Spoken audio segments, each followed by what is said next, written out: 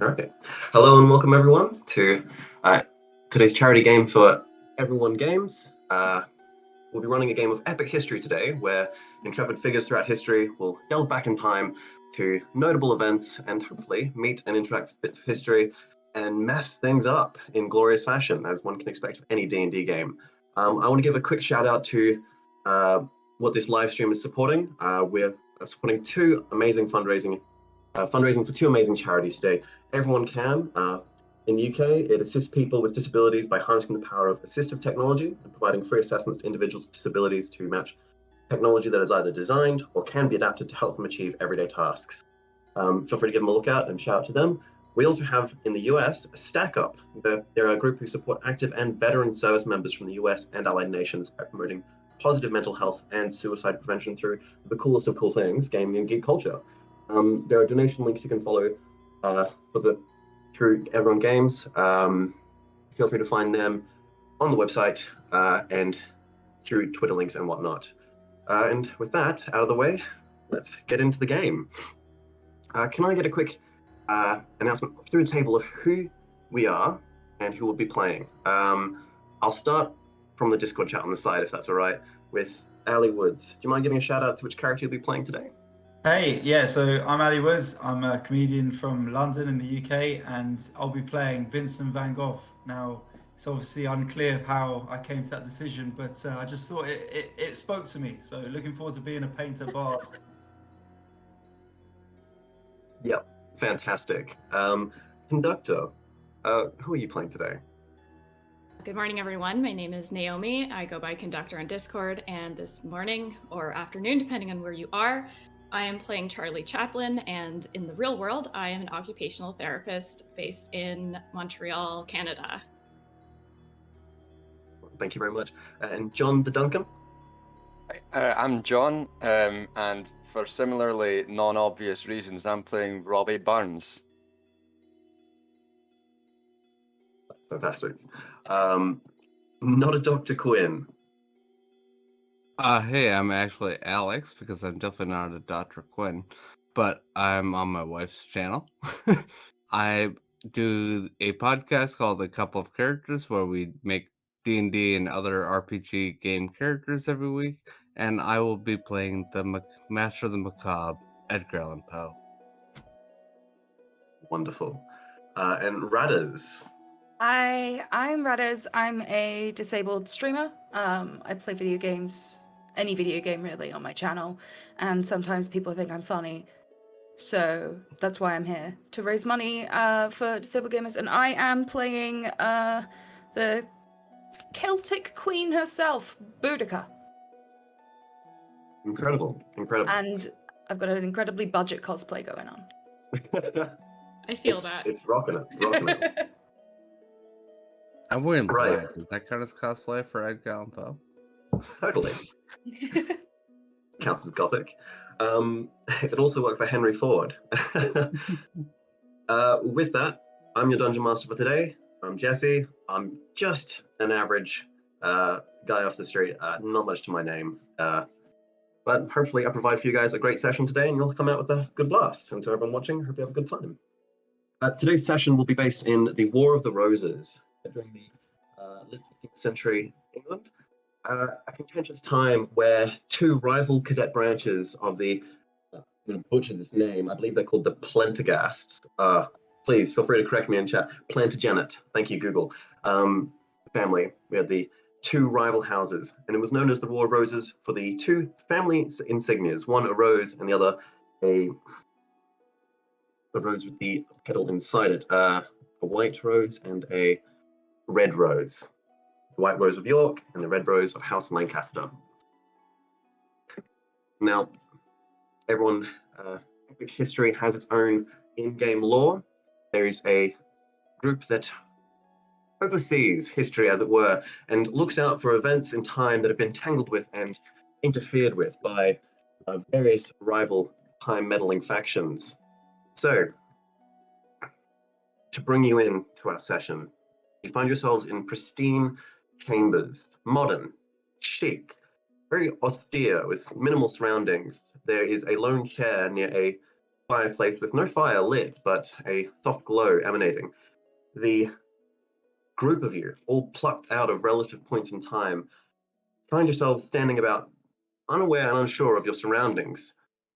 Seated at the fireplace is a gentleman clad in robes, face obscured, bandages wrapping whatever appendages can be seen from outside their robe. They brief you very quickly on your role. They describe how, for reasons known only to them, of which they would like to keep secret, they've selected you to interfere and to correct a temporal anomaly during the 15th century in England. They give you a brief overlay of the rival houses, and they assure you that no matter where you came from, time period or whatnot, arcane enchantments have been placed upon you to enable you to both act outside whatever would normally be possible within the realm of your original life, and also to help you understand and communicate with those around you as though normal. With that, they describe, though we are not clear ourselves on what is causing the anomaly, there are various rival factions within the timeline that are seeking to interfere with these events and change them to their gain.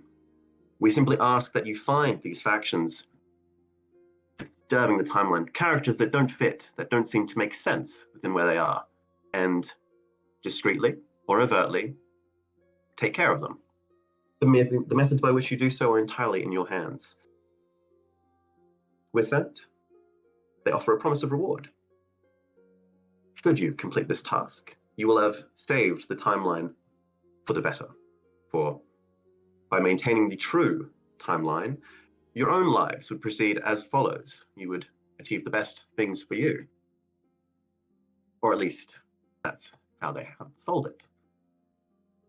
They try and make it clear that should you want to interfere with the timeline for your own gain, to try and get better, a different life, well, there will be consequences. And they leave that open to interpretation. With that, he leans back into the chair once more, and a door opens to the left side of this austere chamber. Creaking open as it does, you look through, and it is a pure white limbo. A hand gestures. If you would proceed.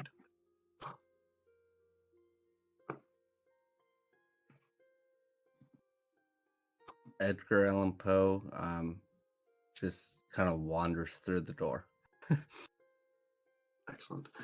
Stepping through, the temperature around you changes. Suddenly, it is cold, a cold London air as your foot hits cobblestone and you're surrounded by people in hempen clothing and the sounds of horses and horse-drawn carts cluttering through. You quickly step to the side of the street as you appear to have stepped outside an alleyway door onto a street side, pulling yourself back onto the cobblestone sidewalk. You wait for the others. Bobby Burns says, "A man's a man for all that," and walks through. A similar replicated experience. You step through, the cold air hits you, and you're able to pull yourself back to the side as you see the rather dowily dressed man quickly pull you into the fold. Charlie Vincent makes his Van way. Gogh. Oh, sorry.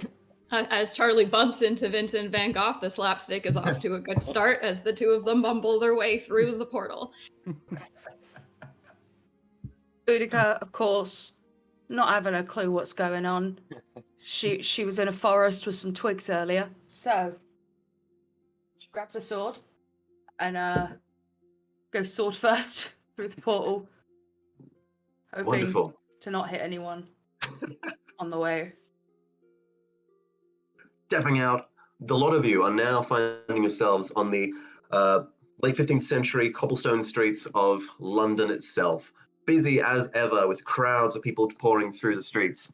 You know, you each find a moment, a place to the side of the street where you're able to find relative comfort and a brief area of observation for what's occurring as you see, not necessarily a parade, but groups of people mustering arms and rivaled contentiousness, not necessarily gearing to fight, but they're not willing to back down either if one shows up. Lots of posturing. You can see little flowers emblazoned on people's chests and some people holding banners. There's very distinct various mobs of support. Some of them carrying a white rose on their lapel, and others a red rose against each other. At the head of both these factions, various demagogues shouting out, roaring cheers of support for their various faction leads.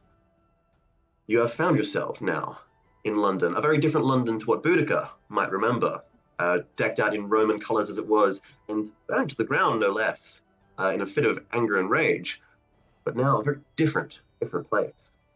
There are elements of French linguistics being thrown in as the English language is steadily evolving and taking aspects of other languages onto its fold.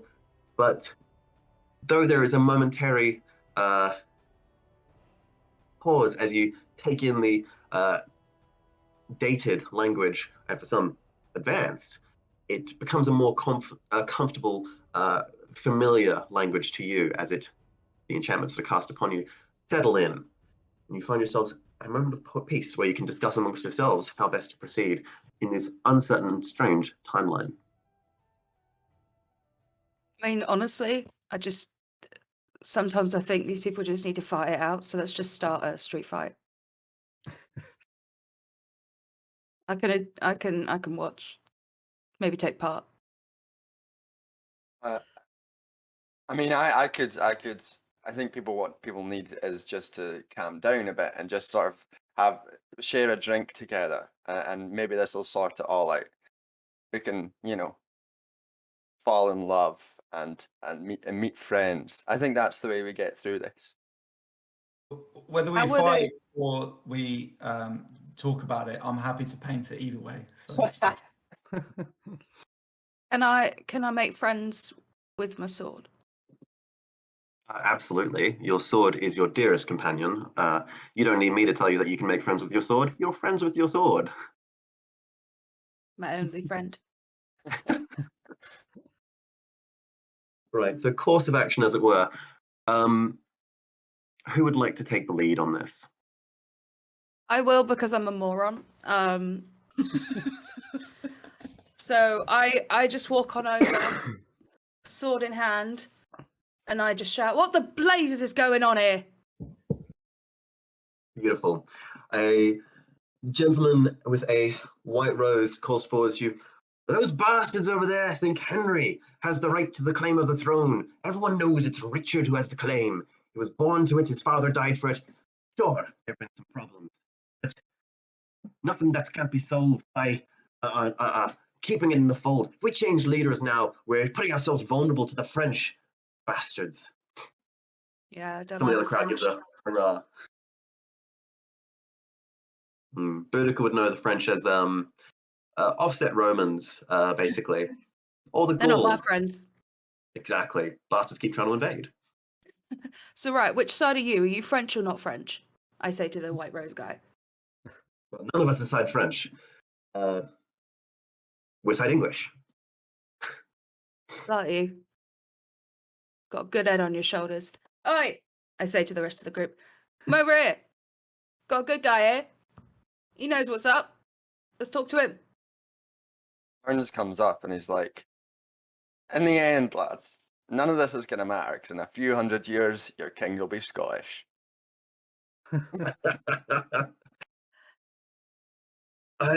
You what, mate? You want to fight?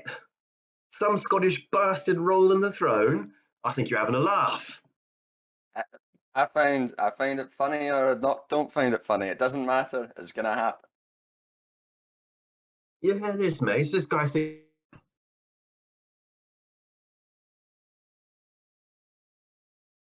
Is it just me or did we lose him?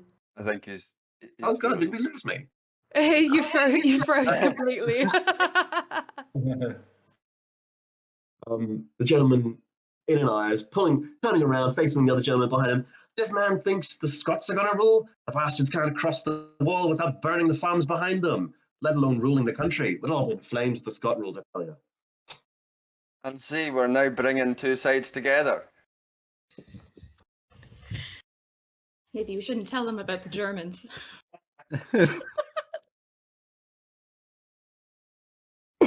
don't know what's going to happen in future, But the Yeah, thing what happened is, with the Germans? Scottish, English, whatever, you're not French.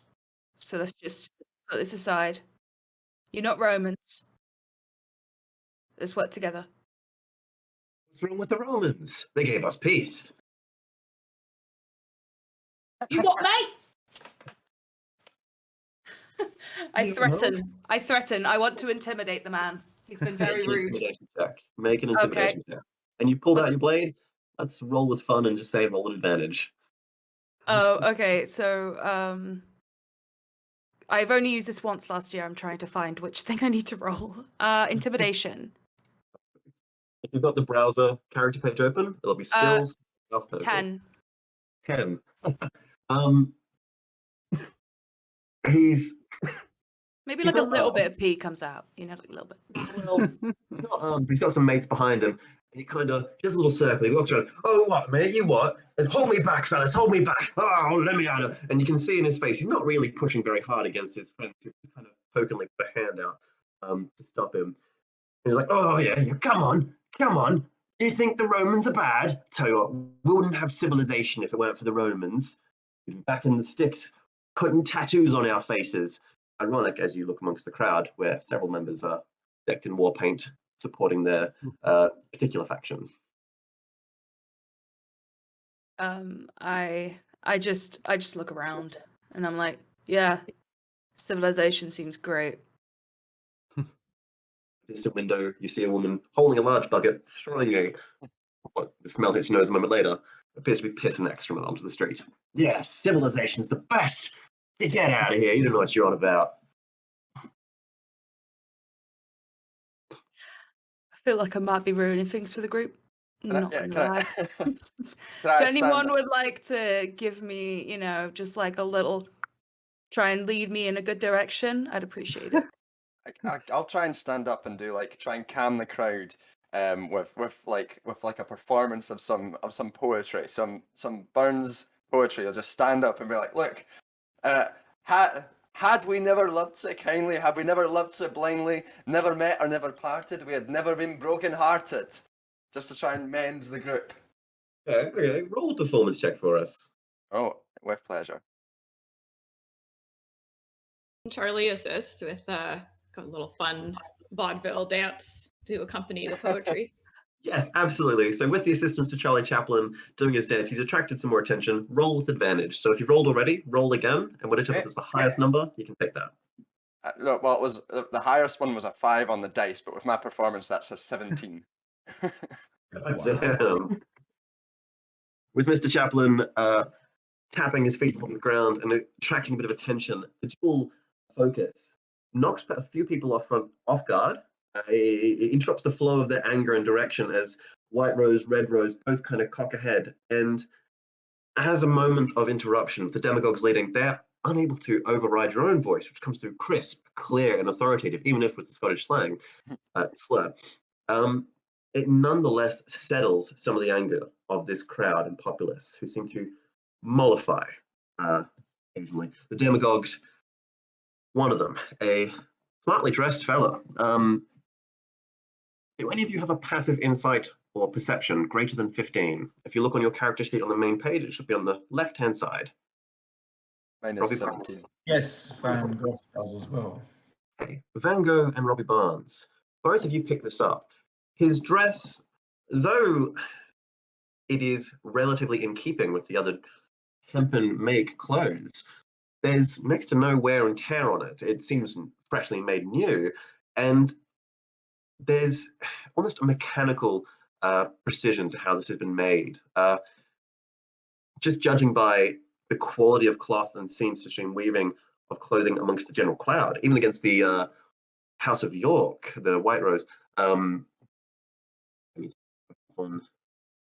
the flowers. Nevertheless, the White Rose, I think the House of York, the House of Rogue Demagogue is well dressed and whatnot. Nowhere near as precise, is finely tailored, and you can tell underneath the hempen clothes there's a glint of fabric that you wouldn't see that sort of fine make for at least another couple hundred years at least. It'd be more familiar to someone from Van Gogh or even Robbie Barnes' time. that one steps forward nonetheless, surrounded, as it were, by a crowd of members from the House of Lancaster supporting them. And he goes to you, "Who are you to say that we should come amongst these turbulent times? The leaders of the House of Lancaster are set upon tearing this nation apart and making us..." I don't know why I'm taking a Scottish accent. Very bad with accents. It all just happens at once. But I'm going to roll with it. Who are you to turn us and to make us try and unite as one when their uniting will weaken England, weaken the country? We need to be strong and we need a firm leader. Can I roll a history check to see where his clothes might be from? Absolutely. Roll a history check. Okay. So is that just a D20? Yeah. If you've got the skill on your character sheet, you can look down. It should be I modified. rolled a 19 and then 19. And then +4, so 23. God damn. Yeah. Right. Van Gogh, a adept noter of fashion and clothes, at least from what he's had to paint and look out for in his younger days, perhaps, does observe that this sort of clothing, it is Parisian in a sense. The make and design,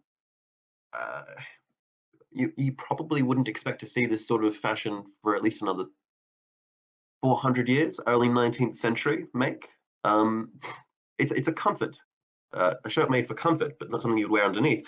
But definitely not something you would expect to see in these sorts of eras of clothing and making. So out of time, you might say this man's clothing is at least under the surface.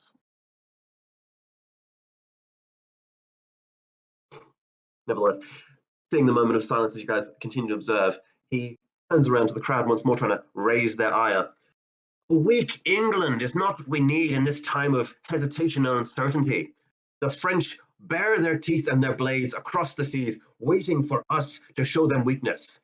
If the House of Lancaster continue to assail us and to dispute their claim to the throne of the rightful king, we'll find ourselves not only taken for granted, our territories in France lost, but we'll find the Scottish jumping over the border and invading too, just like this Scottish pleb here.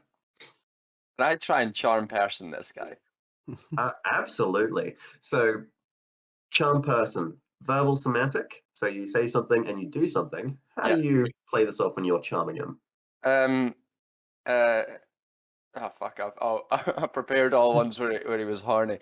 I don't know. I don't know how to go about it. Fuck it, we're playing it horny. It just turns to him and says, "My love is like a red rose that's newly sprung in June. My love's like a melody that's newly played in tune." And like looks him right in the eye and is like fucking eyeing him. God damn. That is a saving throw, I believe. Wisdom saving throw? Let me just check. At third level, if I cast that, let's see.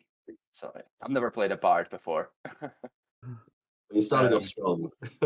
It's natural. The creature must be. Oh no! Oh, it's just. It's wisdom saving throw 16. Wisdom saving throw 16. All right. As your words settle, the enchantment's carrying through your words, coming across like silk to the ears of many in the crowd. You can see some of the immediate members in front just kind of go, "Oh, I like what this fella's selling." But on the target of your spell, directly, it passes over him like water. He has a moment where he shakes his head, pushes his hair back, flicked into a pompadour in front. Very not in keeping, but you can tell it's mostly grease that's keeping it in that style. And he goes, "Right, this man, don't let him trick you with his words. He's honeyed, suckled lyric.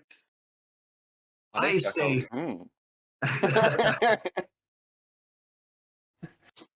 "I'll have none of that, thank you." Not yet. "We're amongst the roses, not the pansies, I'll have you know." No offense intended there. Yeah, rose by any other name to borrow from another bard. But with that, he goes, "You're having me on. Down here, man to man. Your way is right." I think that was the point, yeah. Not like that, damn it! And you can see he's trying to push some of the members of his crowd to the side to make a little circle. And there's a little area for you to walk up into as the guy takes off what look to be some winter weather gloves. And he starts raising dukes ready for some pugilism. I mean, all right, I can come down and see what's up here. Trust me, the Rudiger only thing steps about the forward with I'll a go sword with you. and is like, listen, I don't know you. Don't know if I like you, but I'll defend you if you need it. And now immediately Robbie Bounds is in love with Boudica and lets her go. I join them and go, you have my paintbrush. It's not going to be useful in the fight, but it's all I've got. Just got to flick the paint in their eyes, mate. It's fine. Thanks, Boudica. If you need not a song, but if you need a dance or a distraction, I'm your man. You guys see that Edgar has been staring into the shadows this whole time, ignoring everything, and then he kind of shakes himself from whatever weird things he's seeing in there and wanders over and says, I'm not much of a fighter, but I can help. Maybe. Even flitters out of the shadows and lands on a nearby street post and just caws ever so softly. And then you see Edgar just shudder a little bit. The demagogue, watching as you all gather together, goes, all right, man for man, I'll match you. Come on, fellas. A large, burly man, about the size of an ox, walked through, muscles way too large. He's clearly been doing middle-aged roids from the look of it, from stepping forward. My old Duke of York, as it were, he has a laugh to himself as the man's dressed in white. He's going to get quite bloody at the end of this. And three other gentlemen walk up, nondescript amongst them, a bit ratty and thuggish in nature. And as they all square off against each other and you square off against them, let's roll some initiative.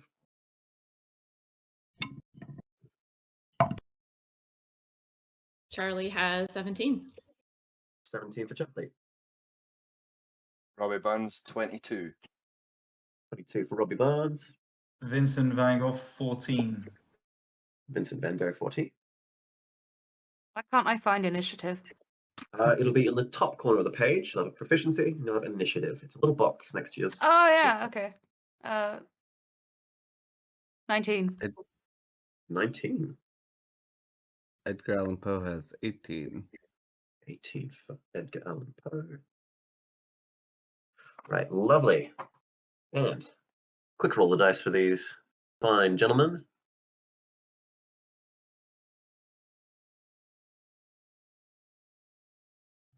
Two, 15, 15. Lovely. All right.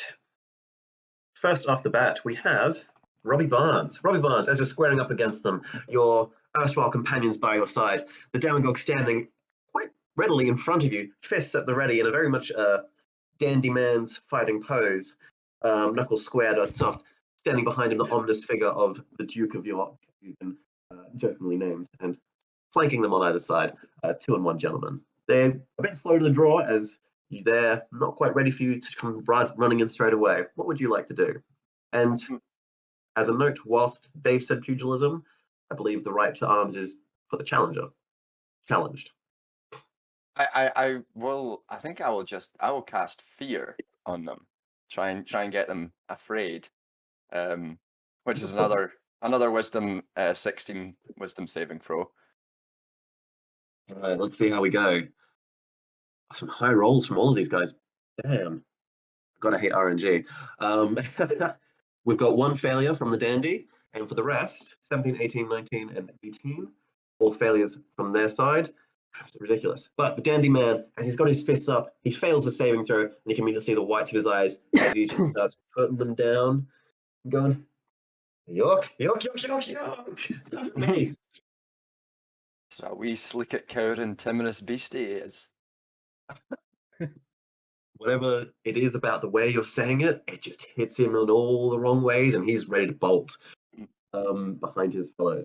He is afraid. So he'll have disadvantage on attack rolls and ability checks whilst he sees you, and he cannot willingly move towards you. Wonderful. That's your action, Robbie. Do you have a bonus action or movement you'd like to use? You can get in close or get some distance. Not a massive amount of space here, but there's about a ring of 30 feet by 30 feet. I think he'll just walk back beside Boudica and just like let Boudica take the lead for the fight. Wonderful. And on that note, as Robbie Barnes steps back and offers the lead to Boudica, Boudica, you are up. What would you like to do? To be honest, I don't really have the forethought to understand that these guys would probably, be mildly helpful if we were to not kill them. But I am a big, strong, mildly unintellectual woman, and am I allowed weapons? Absolutely. As the I'm gonna challenge in this I duel, got a great sword. it's up to you. I got a great sword. I want to hit him with my great sword. Go for it. As you pull out your great sword, the demagogue who had started this bout very quickly regretting his life choices, very, very quickly regretting all the life choices. Though he is distinctly afraid of Robbie Barnes, the sight of your great sword flashing in the sun brings out some fear. Now, as you rush forward, who are you looking to attack here? The biggest guy. Right, blazing past the demagogue, you attack at the large Duke of York, lovingly named. Make an attack roll for us. So if you go to bottom right corner of the page, actions, you should have your great sword and a plus modifier to hit. 18. 18 will hit. Roll some damage. 11. 11 points of damage. God damn. All right, that's a lot. I'm going to quickly do a roll here on the side. Some massive damage on this fella. He needs to pass 15, which he fails. Doing him in. Yeah.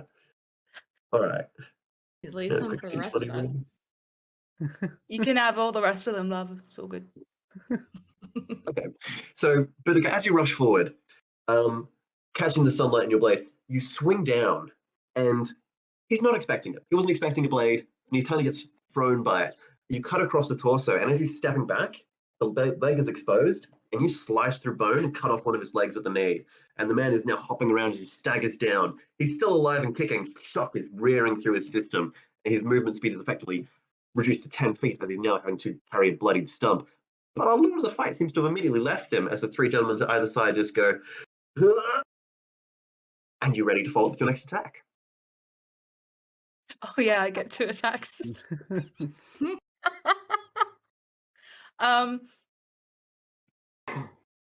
Does it have to be on the same target? Absolutely not. Okay, I would like to use my spear to get the demagogue. All right, make an attack. 11. 11 to hit. That will miss, unfortunately.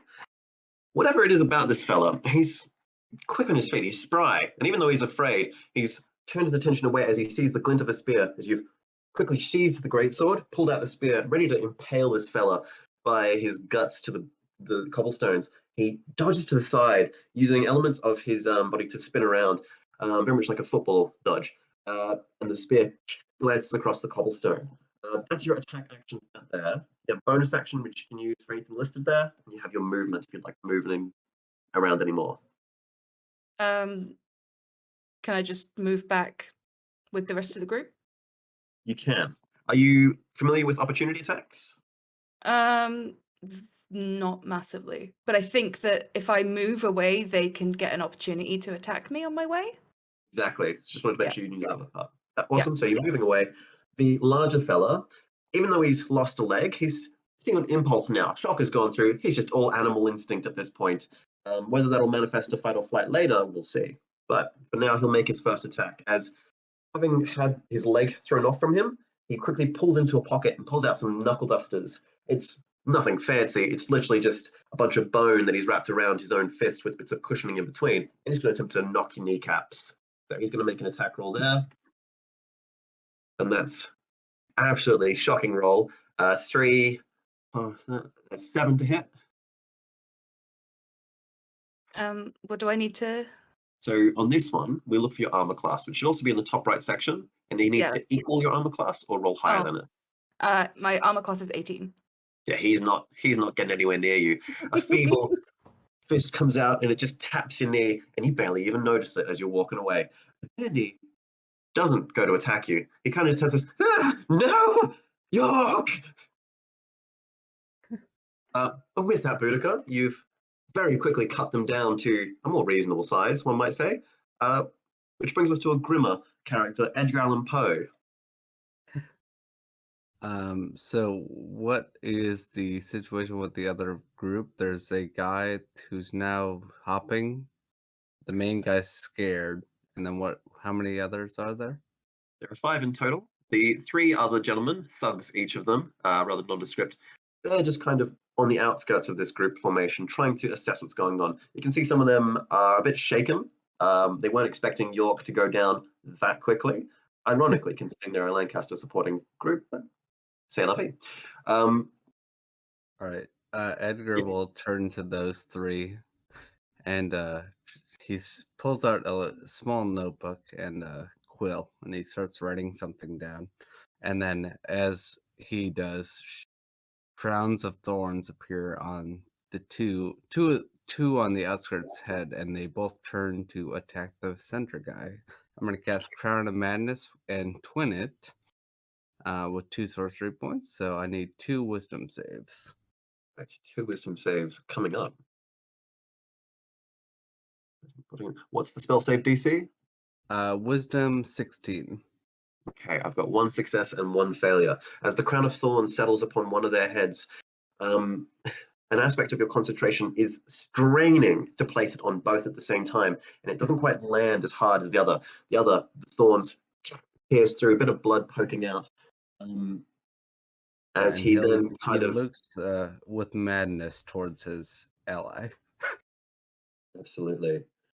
And so he's now considered effectively charmed as the crown of jagged iron is embedded, and his eyes start to glow with this rather sickly orange, misty glow. Excellent. That's horrible. Using his action on his turn before moving to make a melee attack on a creature other than itself that you mentally choose. So, who would you like him to attack? Just the next thug, the closest thug to him.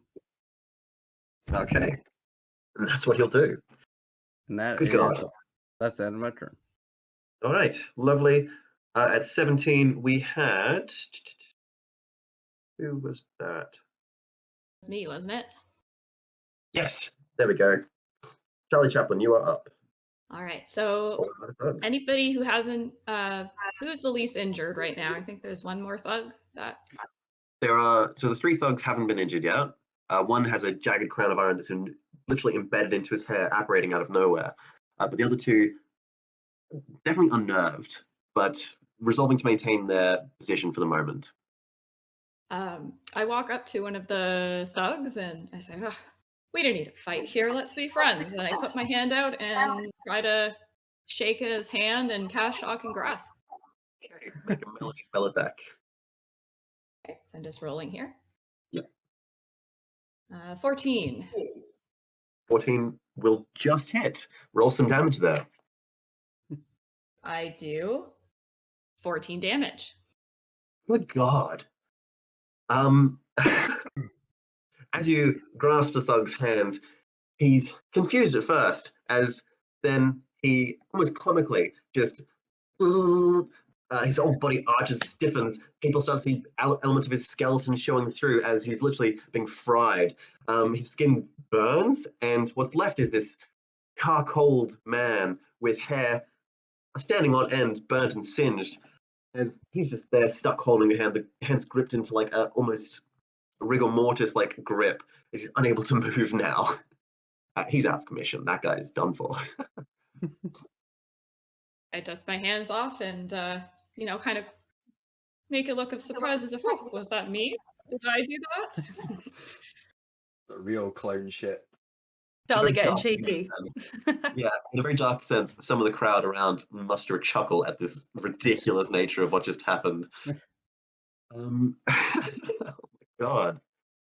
Absolutely savage. I forgot how horrible it is to have initiatives that are terrible for my monsters. That said, it brings us to the Thug's turn. Unless, Charlie, is there anything else you can do with your bonus action or movement?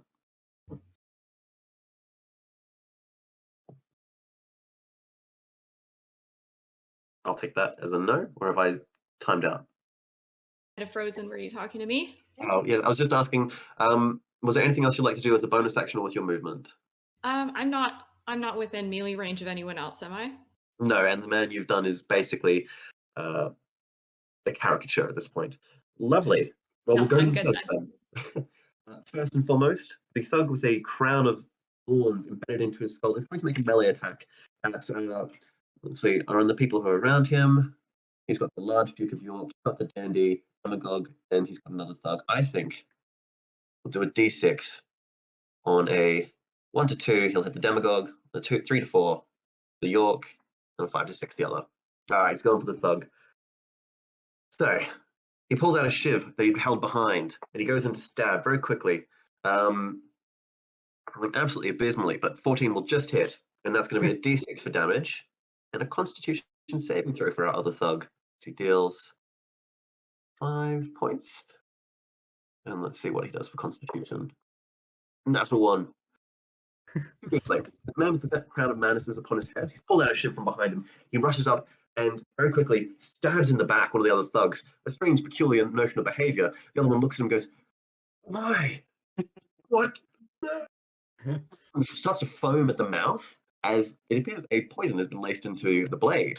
And he quickly just goes paralytic and falls to the ground, dead and dying. Dying? Past tense and present tense can be mixed.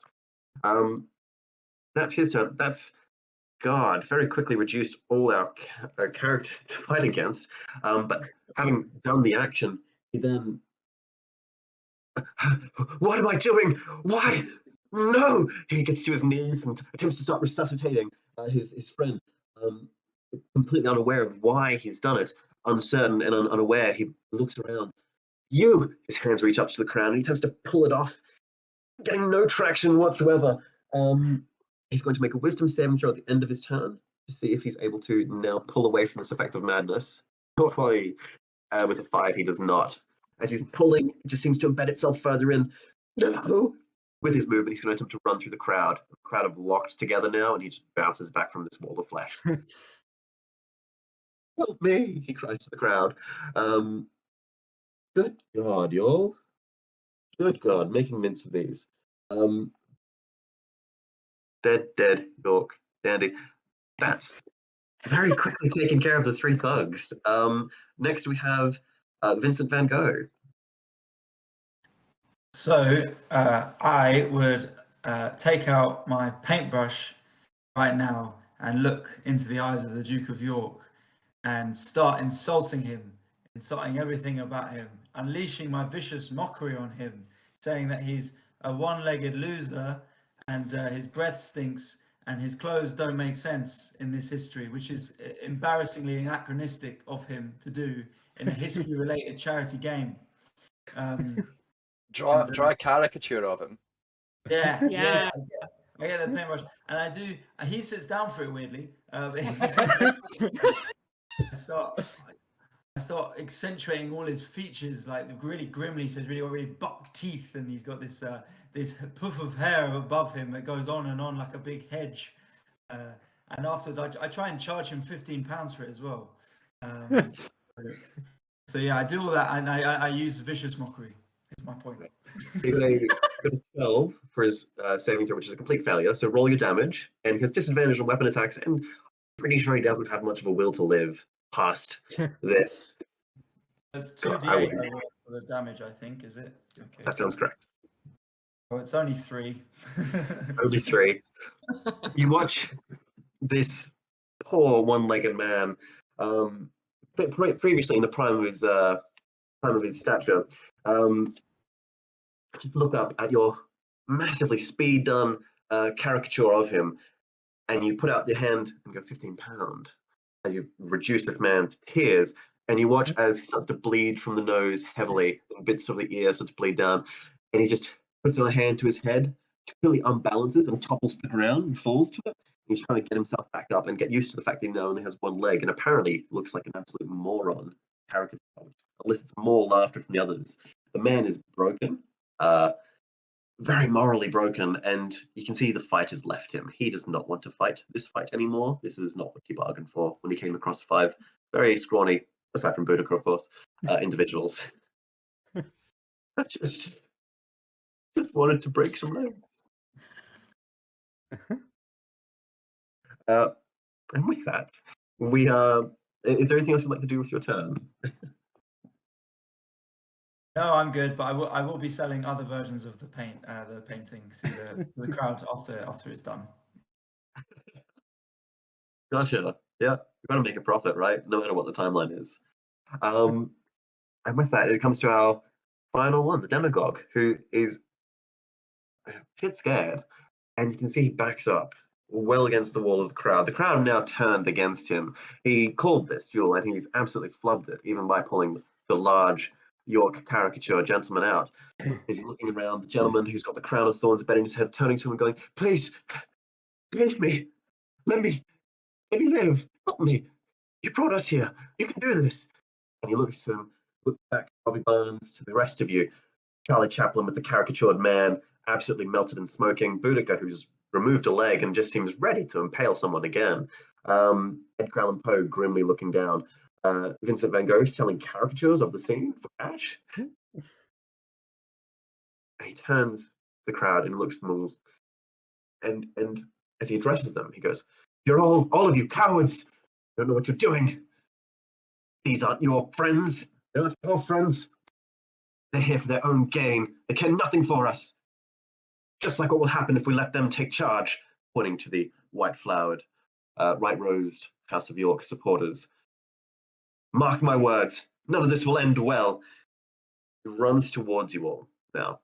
Or at least he attempts to, but the fear has struck him, and he's not able to move towards Robbie Barnes at all.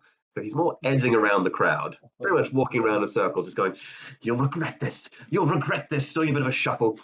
As he then raises his hand, the sky, in a very localized area, roils and rumbles with the thunder as a bolt of lightning drifts down from the ground, striking his raised arm, and a wave of thunder, a shockwave, emanates out. I need this to be I believe it's a 10-foot circle. I'll just quickly double check.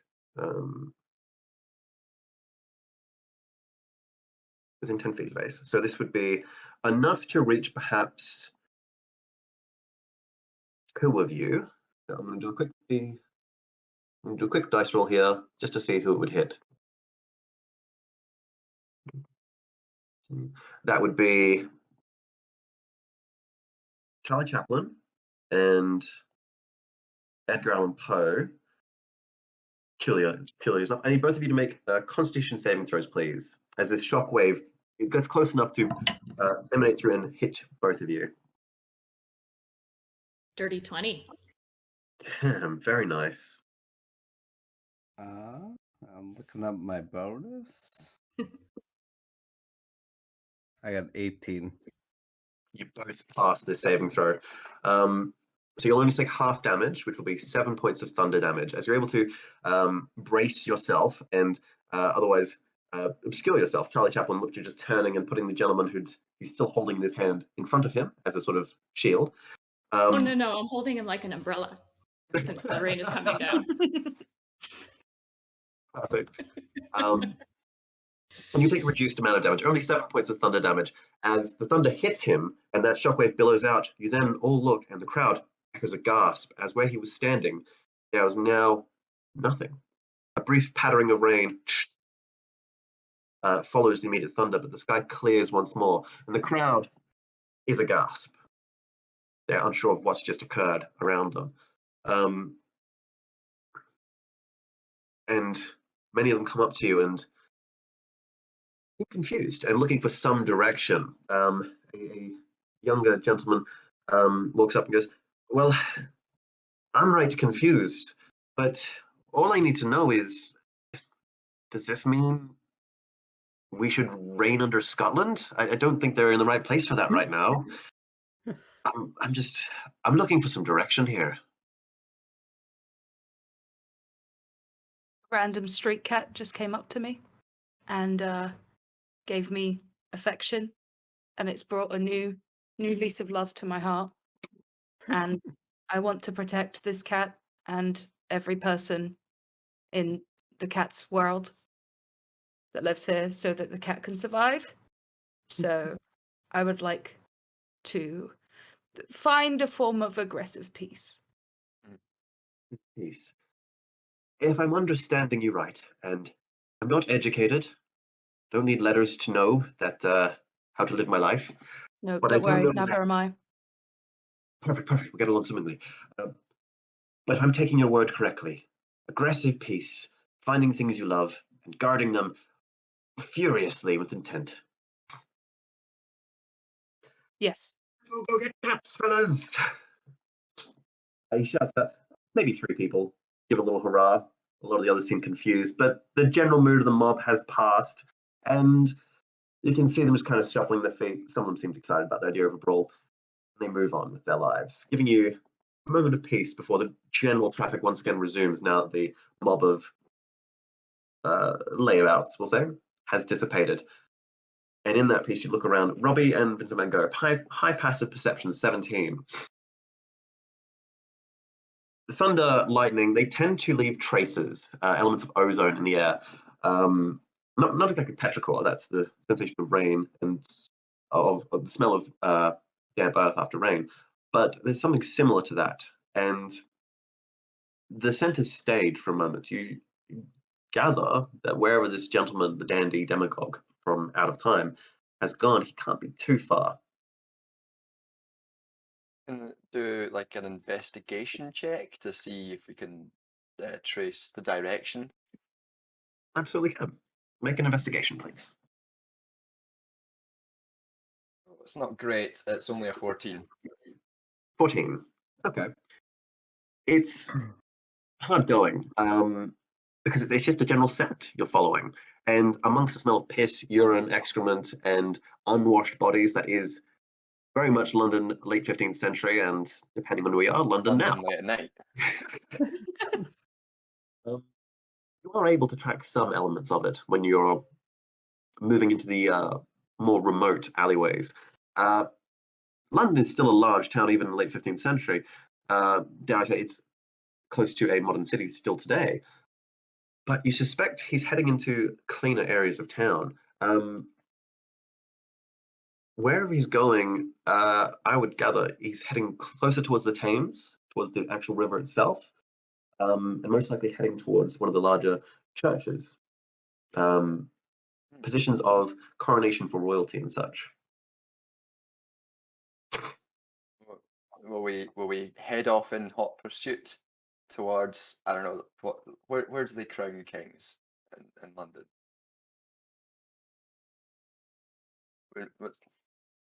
Westminster Cathedral? I believe that's the correct one. Yeah, Westminster Cathedral. Whether that's what it was called at the time, that's okay. We'll just call it that now. The closest term of reference for people of your timeline as you head off in that general direction. Lovely. Now, as you're making your way through the city, I'd like a group survival check, because the city of London is a horrible, horrible place, and a great, great place, depending on if you know where to go. So how this will work is each of you will roll a survival check, and there will be a DC that you need to meet, and depending on how many successes there are in the group, you'll get a bonus. Depending on how failures are, a consequence might occur. I rolled 18. 19. 2 successes, I rolled 9. Oh. 1 failure. I'm rolling Oh. so well. I got a natural 20. Good God. I mean, this Poor little is my Vincent. stomping ground. Oh no. This world is too harsh for such a pure soul. Artists, they're out for us. We consulted Vincent Van Gogh for a medieval Patreon. Yeah, I'm getting done by the 15th century woke brigade. You can't be alive anymore. With your collective successes, though, you're able to wrangle Vincent Van Gogh away from any particular petitioners looking for his work at a very discount rate. A lot of them keep asking for exposure as a payment, and you're like, I can't eat exposure, can I? Crazy like that.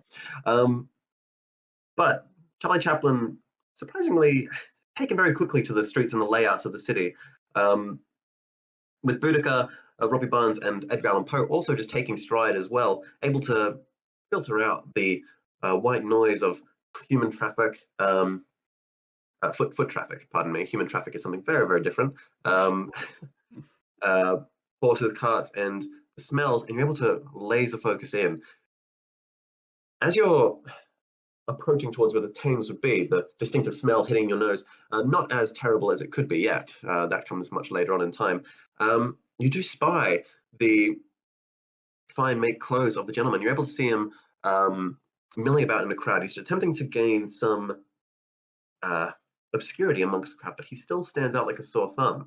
You suspect that if you plan it right, you could lock him off at the bridge and beat him to the punch. So I imagine you do so. As you gather at the bridge, is there anything you'd like to do to prepare for this man to arrive? Would you like to obscure your presence and hide, or is there another plan you guys would like to discuss? Is there a bush big enough to contain Boudica? That's what I need to know.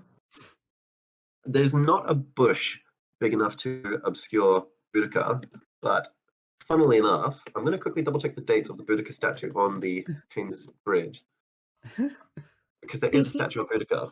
True. If I double check the date, that was the map, 1856 for that one. 300 years too soon. Yeah. Yeah. But perhaps I could just stand where the statue was yet to be. Because the thing is, this guy's from the future, right? Yeah. This guy's from a future where the statue existed. So if I just kind of stand in the area and just kind of sword out or like spear out, and I'll just still. Absolutely, absolutely, yes. Edgar, seeing Boudica kind of hide very poorly, is going to cast a fog cloud. So a cloud of fog, very appropriate for London, will kind of cover the bridge. So we can Excellent. kind of hang out in the mist. As Boudica assumes a position, you see one sculptor, notable by his clay on his fingers and what you presume to be materials in his hand, just kind of takes a note and goes, "My sons and daughters might build that one day." But a fog cloud slowly billows in off of the Thames up over, covering the bridge, as all of you are still able to now make relatively obscure positions to hide as the fog billows out and covers it, bearing in mind that the fog may also obscure your quarry. Nevertheless, if you are all hiding, can I get stealth checks, please? Boudica, lots of love, but we're going to have yours at a disadvantage because you're hiding in plain sight. Yeah. 17. 22 for Chaplin. 14 for Vincent.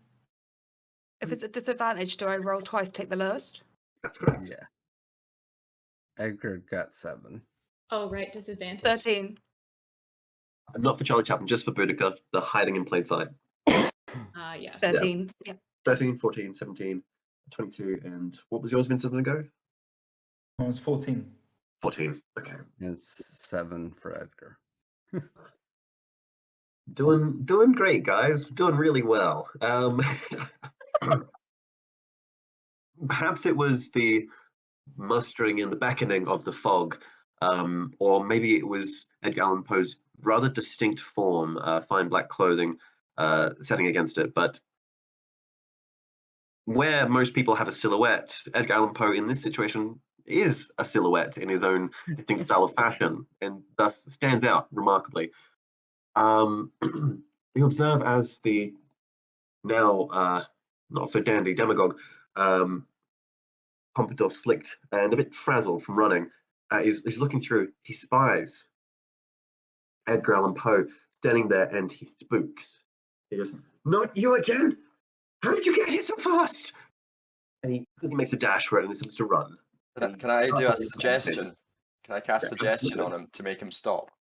Absolutely. Let's make this a part of a phrase. What is Oh. it you're saying? Let's take a look. Oh, here we go. You hypocrites, are these your pranks to murder men and give God thanks? Desist for shame, proceed no further. God won't accept your thanks for murder. Oh, damn. I'm actually also- loving these. You got a fancy word for everything. Yeah. If the dandy is still dashing, Charlie Yeah. uses minor illusion to make the appearance of a large hole in the ground, exactly where the dandy is running. Okay. I'm going to say it throws him, and I'm going to give him disadvantage on his saving throw, as he's attempting to fend off these mental verses and the very, very real illusions in front of him. Guess what you needed? He had a 23, but with disadvantage, that's down to 15, which is a failure. So as he's rushing forward, the suggestion carries him, and he sees the hole quickly appear in front of him, and he goes, "Fucking pothole!" And he pulls himself to a stop, and he no further as the enchantment sets hold, and you can see his limbs lock. He wills himself to try and move forward. No, fuck, shit, this. And kind of scuffs the ground and takes a seat along the side of the embankment as he crosses his arms and seems rather put out. We just sort of approach him and put a hand on his shoulder and be like, "What's your whole deal, mate? What's going on here?" Well, there's no helping it now. He takes off the hempen disguise, and you can see now he's a bit more comfortable in his element. He reaches a hand down into a pocket behind him, and he just pulls out a literal coat as it comes out, and he wraps it around his shoulders. He's a bit more comfortable and weather-worn.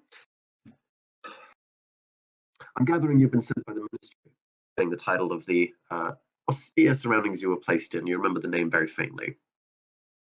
He grabs a cigarette and a lighter. Fucking London. I'm here to fuck with the timeline. As you might suspect, War of the Roses, significant event. We want to make sure the young king stays in power. If his uncle stays in power, we're hoping that gives enough tension and this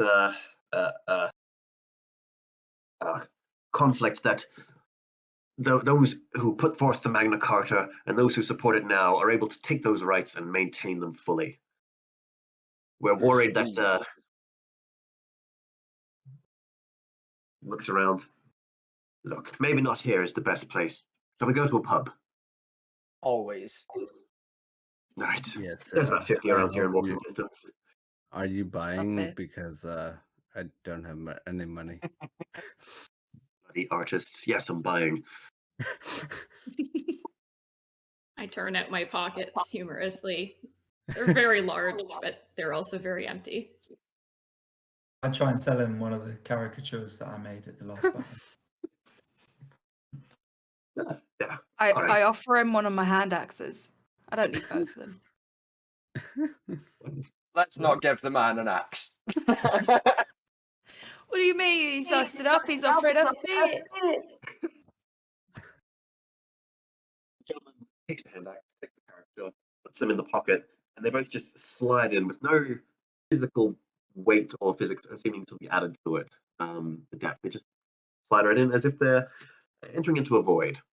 There are a number of pubs you can go to. The one he takes you to is humbly named the Crown and the Goose, and it's just a goose with a crown wrapped around its head as the little insignia. And he takes you in, humble setting, table, most of the mead on offer and other ales, horrible, absolutely horrible. But you don't drink beer for happiness, you drink beer because that's what you deserve. And that's as much as he tells himself as he downs one jug, places on the table, asks for another, as you are all given an individual drink. Right. I don't know what you know, but the Ministry aren't the best folks around. So intent on status quo, keeping things as they are. Have you never wondered, could life have been better? Well, we do. We do. We wonder that all the time. And we want to make sure that things are better. I mean, we have freaking time machines. Let's make things better. So I says to myself, and my bosses say to me, "Hey, Steve, go back to the War of Roses. The Magna Carta, really good for setting rights for the people. Yeah, sure, sometimes people don't know what they want and they just ask for everything off the table and, well, give a man $1,000 and he'll spend it in 2 days. But hey, it'll be a really good time when you have that $1,000. So I'm here to put the Yorks back in power, keep them there, make sure they stay. They're struggling to fight off the nobles and the feuding noble families as it is. Give them another couple hundred years, and we'd be well on our way to having an empowered and entrenched counties and societies. You might find that the communities are able to support themselves. Fuck the United Kingdom. Have a united people. And who So knows? Maybe less colonization. you have time machines, and the limit of your imagination is get a different king in power. Well, we don't really have a group tank that thinks about this. We just kind of get an idea, follow it through, and then see what happens. Time interference isn't a precise art, and some things can go very wrong when you fuck with the timeline. Well, if things can go wrong, why are you fucking with it? We can. Don't understand, men. I'm struggling with this one too. Well, if you could go back 20 years, 10 years, and you know all the mistakes you made, and you think, well, what if I did better? Why wouldn't you fix that? What if I did better than died? Well, yes, You know? exactly. Do you want to die? No, I'm alive. I can keep making mistakes. It's great. Your own life is one thing as well. Like you make the mistakes in your own life, and they're the things that make you who you are. But like history is a different beast. You if you wanted to change history, that's a different beast altogether. Death is not so bad.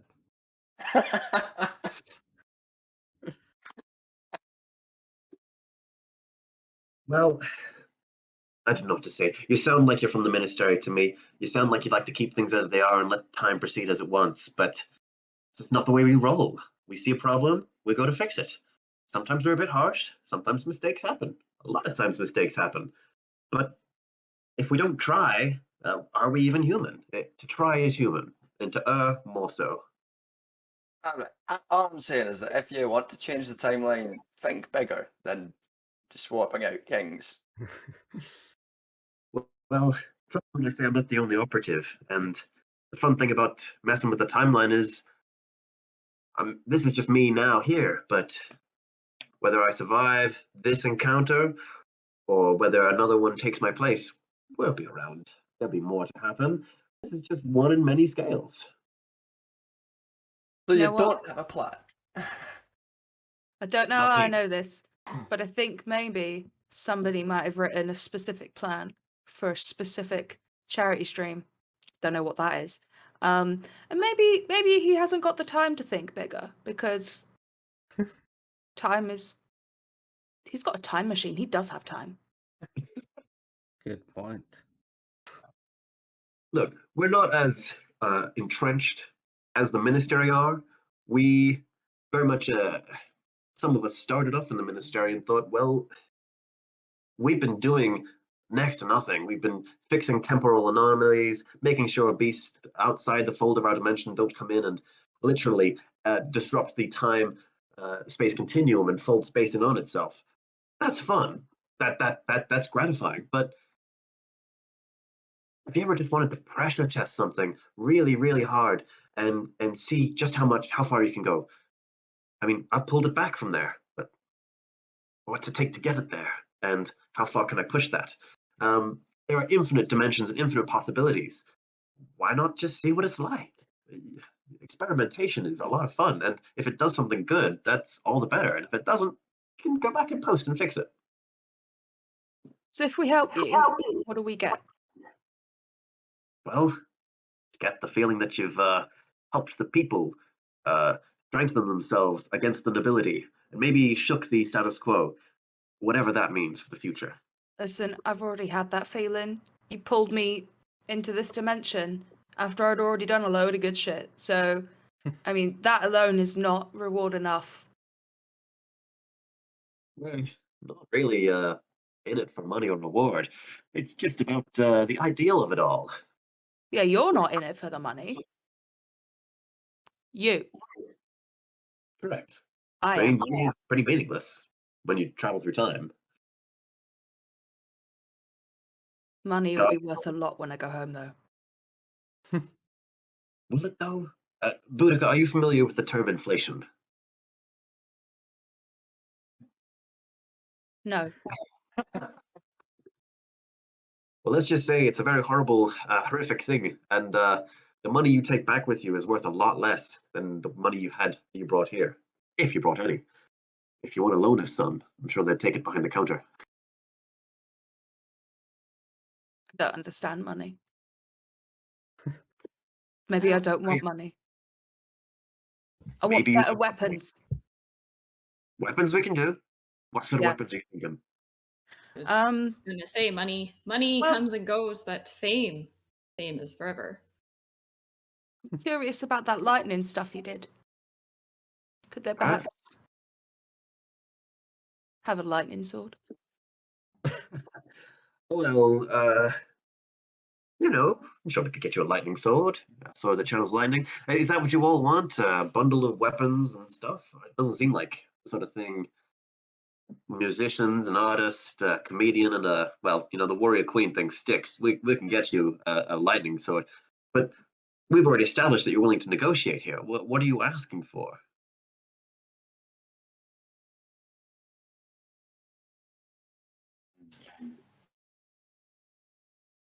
I do not really require much. I'm just kind of here because they asked me to be, and well, everyone in my world thought I was dead under mysterious circumstances, but I was still alive.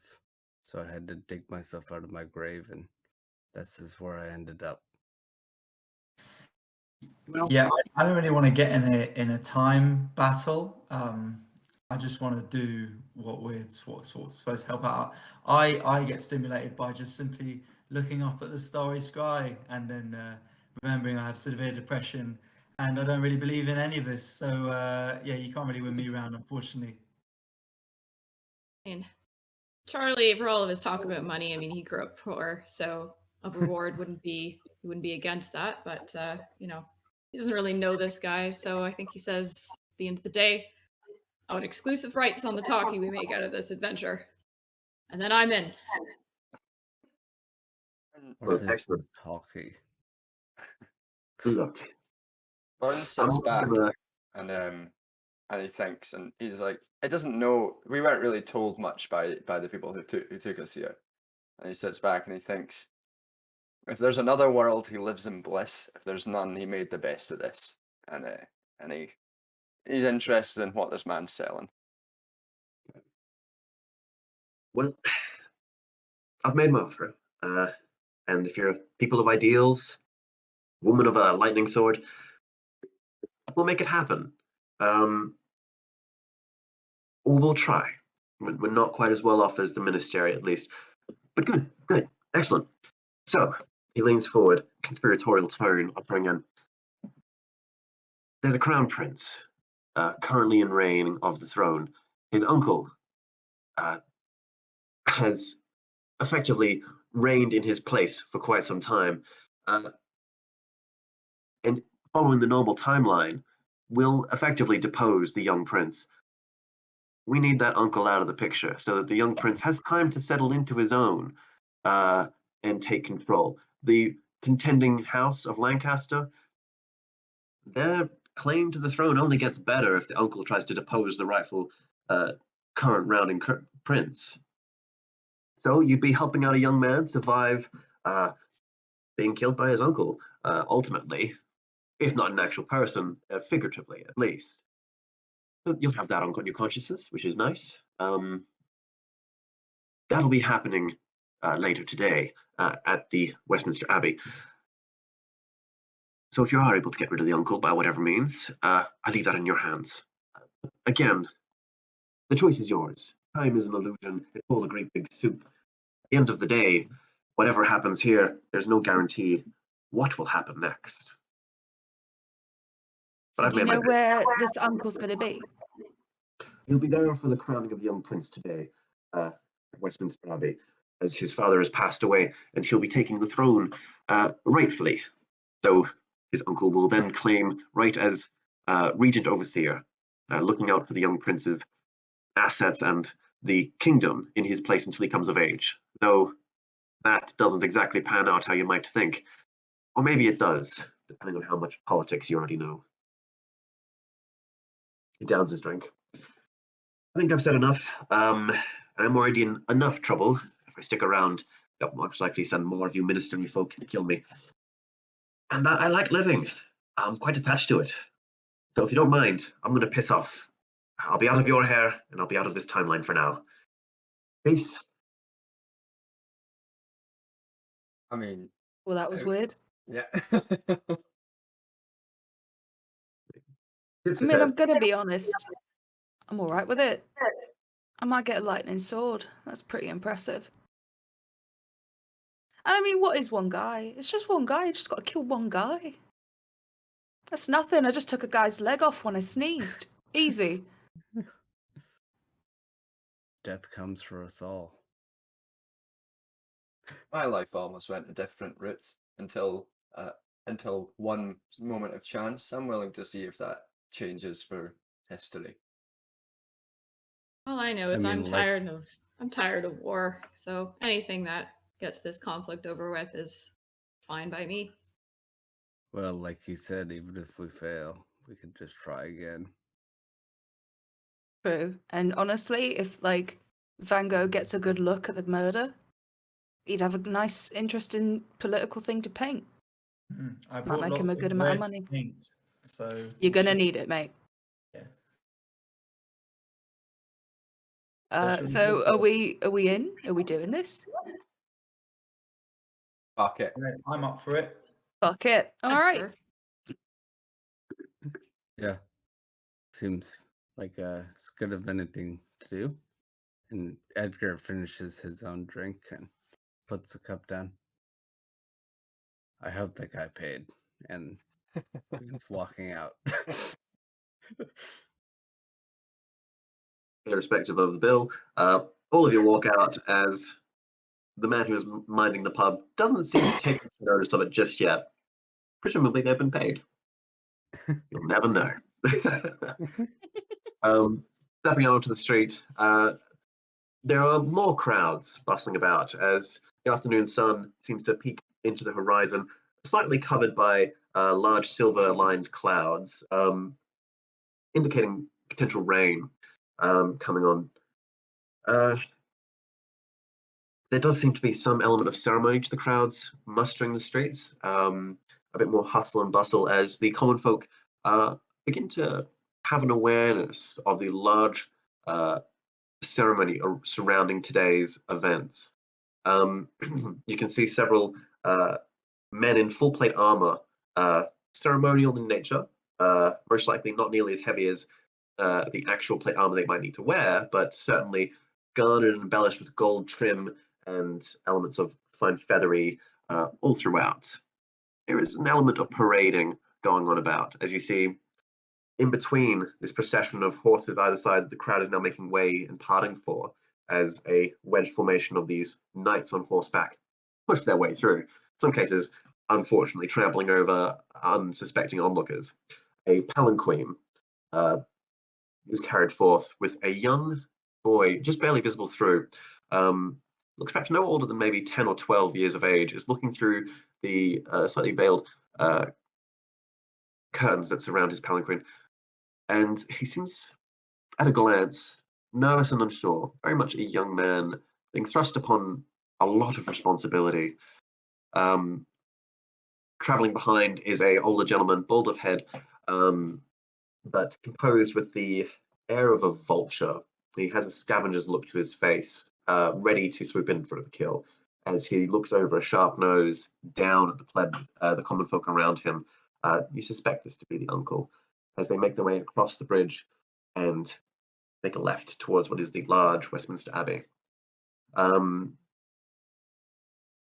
as you take a breath out, your awareness sets in that there is a great deal of armed forces, knights and soldiers alike, who will be protecting this parade, and you'll need to find a way to enter.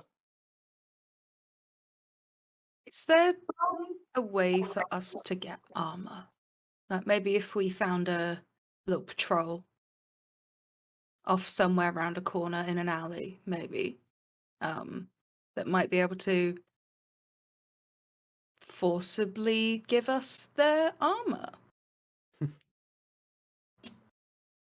Definitely one avenue you could investigate through as you assess around the sides of the building and of the various processions. You do see that there are patrols investigating the streets, trying to make sure that they are clean. It would not be an easy battle, because these are trained warriors compared to the folks you fought earlier, but it is a possible avenue of success. Are there any Yeah. like? Sorry, go on. Go through. Are there any like? Can we spy like any sort of back entrances that are guarded, but are still like back entrances or anything into the place? Taking your time to scope out all your options, there are some potential avenues for unorthodox entry. If you were to circumnavigate the entire Westminster Abbey, there are various points of entry for like service staff and outlets for the monks and nuns to enter at more discreet angles. These are guarded by less footmen, but nonetheless still guarded. Perhaps an easier angle than taking armor, but you would then be faced with the option of how to maintain your presence discreetly whilst within. I use my alter self. I cast alter self on myself to take on the appearance of a footman, and I say to the others, I'm going to go take over guard on one of these back entrances. The rest of you make your way in, see if you can find another way to disguise yourself. And I'll become do a footman. disguise. I'll do disguise self and join you, so that it's not just one person; it's two guards relieving duty. Um, You're leaving me with the painter Hey! to get to combat. I like you, mate. But your paintbrush ain't that strong. Oh, well, look, I think me, you, and Edgar Allan Poe all bring something quite different. If they're going to take over, Fair. could I actually see? Is there anywhere in the Abbey, maybe in a window or something, where there's a room I can see that's got no one in it, that I could potentially dimension door my way into? With the structure of Westminster Abbey, there are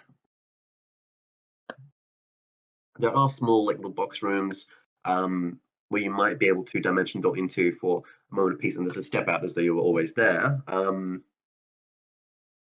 Whether or not they'll have been occupied or used at the time of teleporting, quick perception check or investigation will clear that up. But it is an option, yes. Could I do a perception check, please? Yes, please. Cool. Let me just find that on the thing. It's +9. Okay, roll that. And so that's a 23 perception check. Yeah, there are a number of these boxes that you're able to spy between the ins and outs of nobles willing to pay off their cardinal sins, as it were. An old tradition of paying the churches to relieve the burden of their souls and grant them access to heaven. You can see there's a brief window of opportunity for you to step in where you can dimension door through. Don't worry Okay. about me. Yeah. I'll follow. Okay. So, So- who's coming with? Take the warrior. Will the door be big enough for me? I'm quite tall. You can hold me Excellent. in your arms, and I would love to carry you in my arms. I'm Okay. so As strong awakened and I in have Robbie nothing Burns. to do with it. I will protect you and your paintbrush, good sir.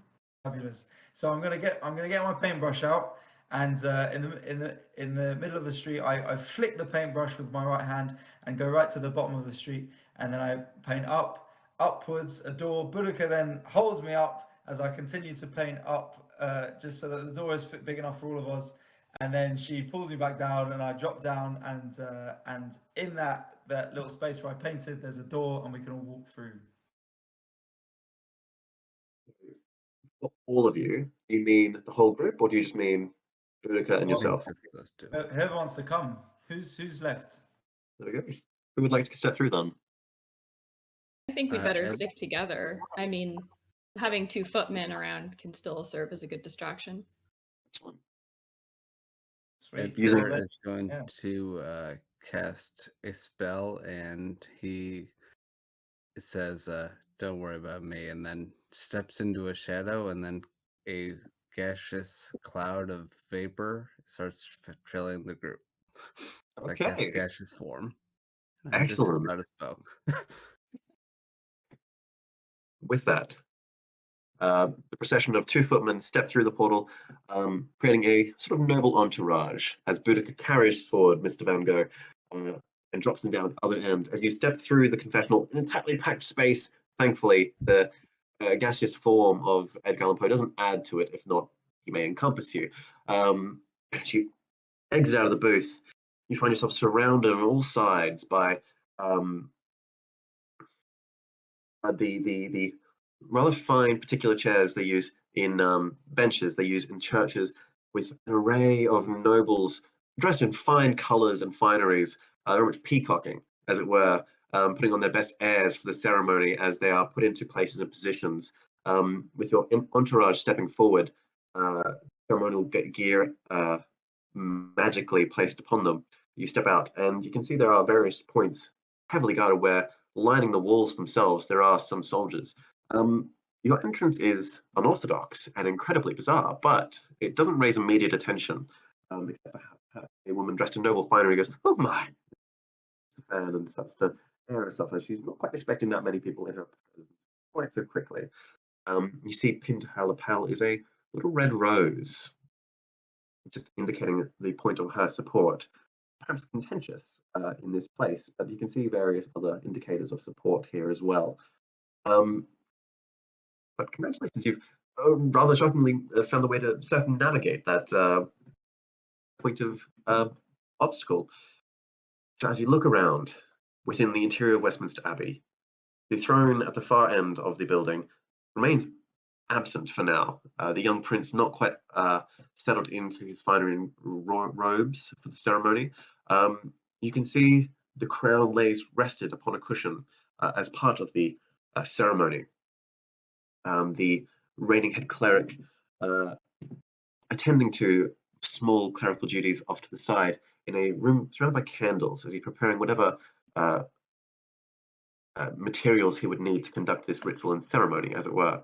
As you spy around, you do see in a cluster towards the very front of this passage of benches is the uncle, who is in a raptured meeting with a rather stern gentleman, middle-aged, wearing what looks to be military armor with little embroideries and whatnot in front, but definitely more function than ceremony on this gentleman.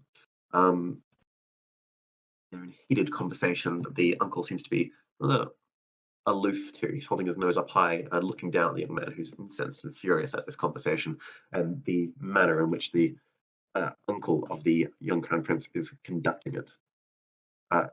Further looking around, you can see that there are stairs leading up, which would afford you a better vantage point to observe events as they proceed.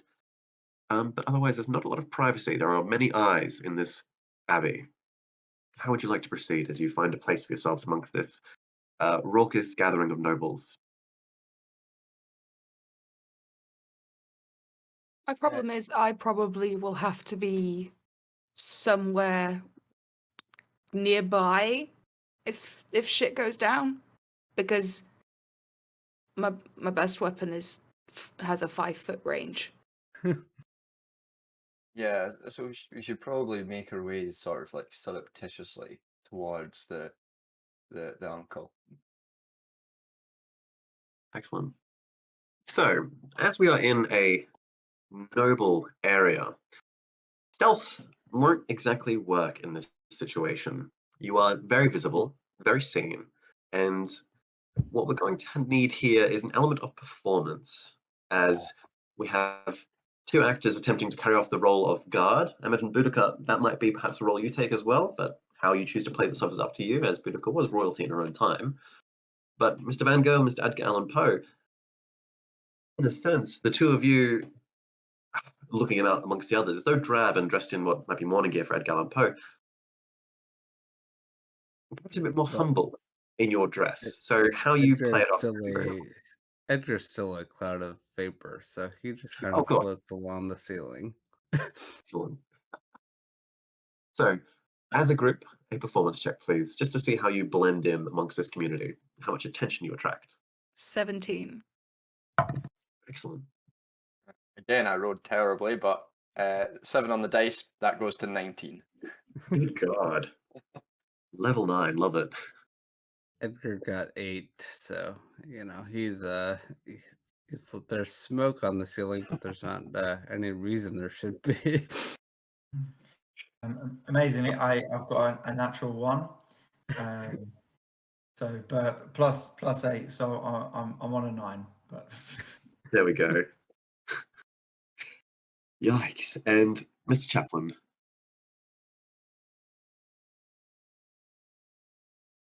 28. I am smashing this roll of folk guard. God. Yeah, the entourage fits in. The nobles have learned to have a not necessarily a blind eye to the bodyguards and entourages that protect them, but rather they only to pay as much attention as they need to.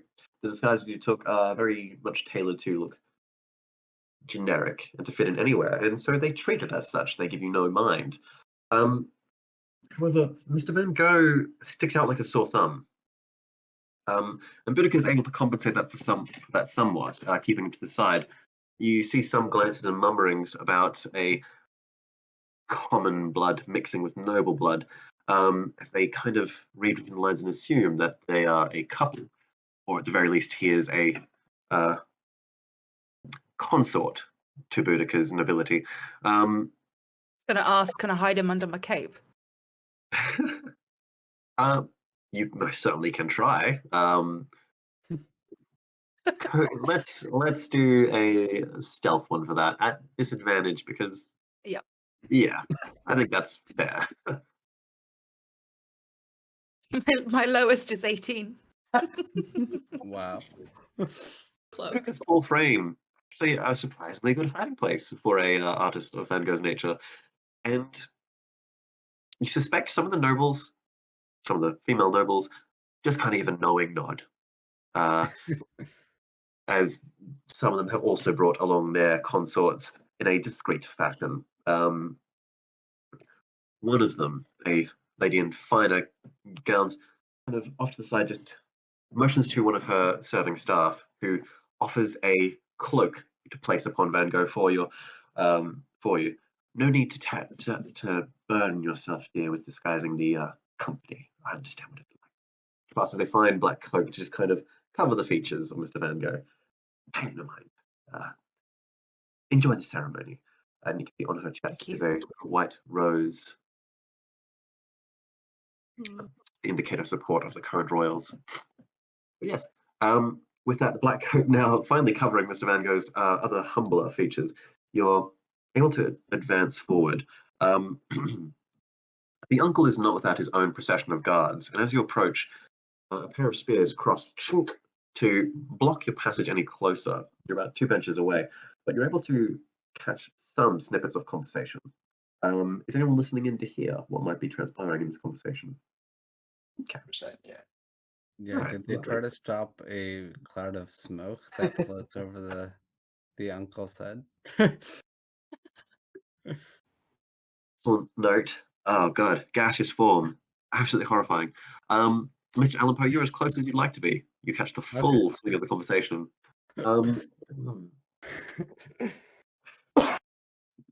young man in this heated conversation with the uncle is a representative of the opposing house. You're weak. Your claim to this household, to this throne, will only weaken us. You have no concept of how to manage the nobility. You have no concept of how to handle what's going on. The uncle leans back. The young crown prince will take his crown in time, and I will handle matters. You haven't been in the city. You haven't handled the city politics. You do not understand what is required of us, nor will you have what it takes to keep things under control. I do not trust that your military notions will bring things together and in order. You've refused to unite the households. You've refused to bend the knee in this matter. I will hear no more of your discussion and impertinence. The young man kicks a foot. She said you'd say that. I'll find a way. This conversation is not over until the House of Lancaster bends the knee to the House of York and agrees to give us what is rightfully ours. Our claim is pure. You will see England suffer. The enemies at our gates will be here in no time. With you there, the military stands no clear command. You doom these peasants and these nobles to die alike, all for some petty power. He spits on the ground in front of the uncle. I'll have no part of this, and I will not watch you drive England into the ground so that you may snort its ashes. Disgust me. Dusts his shoulders, indicates to a selection of guards behind him, and he storms out through the center procession, pushing through the center view. Get out of my way. The uncle sighs, looks to one of the other nobles. The boy thinks he can claim the throne just because he commands a few armies. Little does he know, to command the hearts of the people requires more than to command the hearts of a warrior. A warrior is required to serve, as it serves when it suits. Nevertheless, we have a ceremony to get to. Are there any others who have a question for me before things proceed? And he kind of leaves a little note to the crowd. An attendant looks to him and they see you waiting. Do you indicate a desire to speak with him?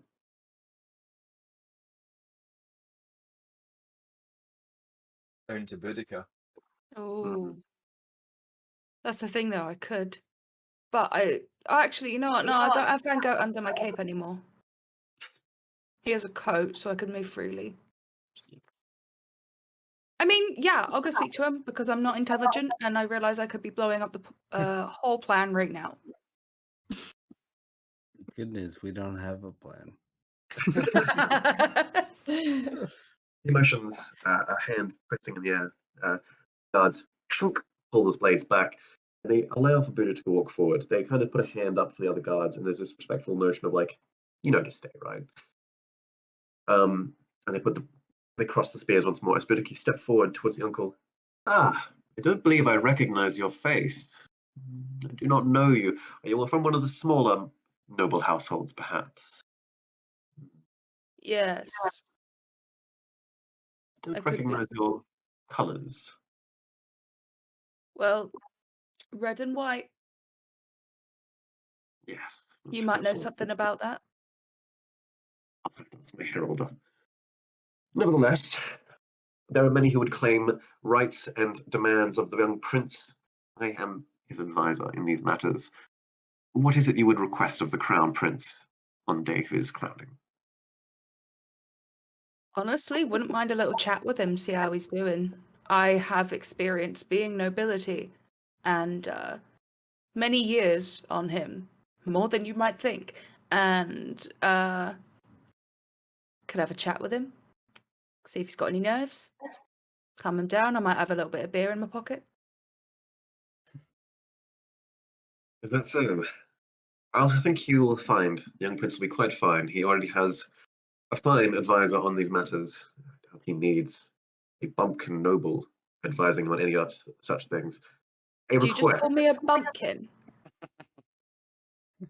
I barely know your colours, you're not familiar with London, and it's very clear you do not know all the etiquettes and turns of phrase here. I believe you are a bumpkin. Problem is, Boudica's now angry. And an angry Boudica does not make smart choices. And I kind of want to hit him in the face. Like, Not a lot. smack him Like really, not with a sword. I think I might die if I tried that. But I kind of just want to give him a big smack. Make an attack roll. Just on the unarmed strike, yeah. 27. Yeah. So, describe how you're leveling this man. Well, I'm a bit taller than him. And so when the rage of being called a bumpkin hits, because I know what it's like for nobility to look down upon, especially around London nobility, to look down on outside of London nobility, and all that anger and all that rage. And I just pull my hand out of the cape and just slap him. Because I'm not giving him the respect of a fist fight. He deserves a slap. He's a bit of a bean sprout, and he doesn't have much weight to him. But when you slap him, he is sent spinning through the air, landing flat on the ground near the steps leading up to where the thrones are. And as he hits the ground, just hear this solid slam of face on marble, and he shakily, hand goes up to his nose, blood is pouring down heavily, and you can see this massive hand mark right across the face. And he staggers to get up. Gods, remove her from my sight. She shall not be here for the crowning. Can I get just before he stands up? Can I cast confusion and on him? You most certainly can. What's required of confusion? Confusion is let's see. Is verbal, somatic, and and material. I don't know what material. It's very much an optional addendum, or at least I treat it as an optional thing. It's just to inform how you cast the spell. But yeah. For the moment, what are you saying and what are you doing? Just gonna say that the best laid plans of mice and men gang after I, and cast confusion, which is a wisdom save of 16. Okay. And just cast it as he hits the ground, just so he's already kind of discombobulated. That's a natural 1. God, God. You guys can't save to do anything. As he spins and hits the ground, vertigo strikes him. You can see he's kind of bobbing and weaving, even as he's trying to get up, shaking back and forth. He puts his hands, he plants them, and as he's trying to get up, his hands stumble underneath. And he cannot move or take actions. Rolled a 5. So as he's doing this, just sputtering and stumbling, trying to get up. Absolutely fucking smashed. You have a brief moment to quickly step away before he's able to get a word out in edgewise. As you then watch, as you're still considering what to do, he's able to suddenly get this burst of motion. He pushes himself up and he runs straight into the throne, topples head over ass over tea kettle, and collapses down. There's a bit of commotion as some of the guards turn around, some of them rush up, an attendant comes to collect him. He's just not having a good time right now. What's happening? The attendants have to pick him up, and he's just going. He's just full dead weight, leaning as they both attempt to pick him up, and he's just flopped. As he makes an ass of himself, as it were, you're afforded a brief moment to step away and retreat back into the obscurity of the crowd. Yeah. Well, including Boudica. Including Boudica. The guards kind of give yeah. a small look, and there's a tension there. But their attention is more clearly focused on their liege making an ass of himself and apparently needing some assistance very quickly.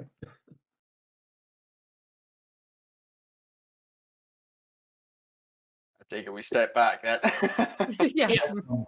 Van Gogh makes a quick portrait of just what's happened there so we can all remember the hilarity. Yeah, Chaplin's especially definitely taking some notes here.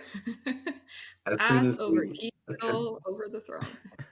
As the attendants have picked him up, there's one more burst of confusion where he's in full vertigo and he full runs straight towards the backing of the wall and slams head into it, just cracking a nose. You hear a little crack sound, and he backs up. Where he shakes his head and goes, "What the fuck just happened?" as that commotion has all transpired and you've taken the characters, you're able to step back into the crowd and obscure yourself a bit. One of the nobles just kind of gives you a knowing, a happy little wink and goes, doubt that bastard will be making any speeches anytime soon. Thank fuck for that. Probably not in a very good advising state now, is he? Not at all, no. Just think about that. But as you all step away or float away, as the Egg and Poe cloud might be doing, the question rests amongst yourselves of where the young prince might be currently residing as he is preparing or being prepared for this ritual, and how to proceed best. You've definitely made an ass of the advisor, but gathering from the number of armed warriors and attendants and soldiers, perhaps now might not be the best time, your insight tells you, to attempt to off him.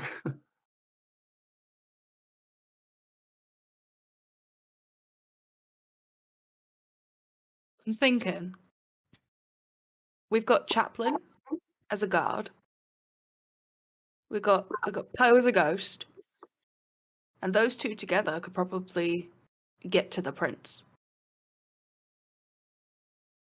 Maybe also other guard. I'll just stay here with Van Gogh and we'll paint pretty pictures. Yeah, and Poe can be pressed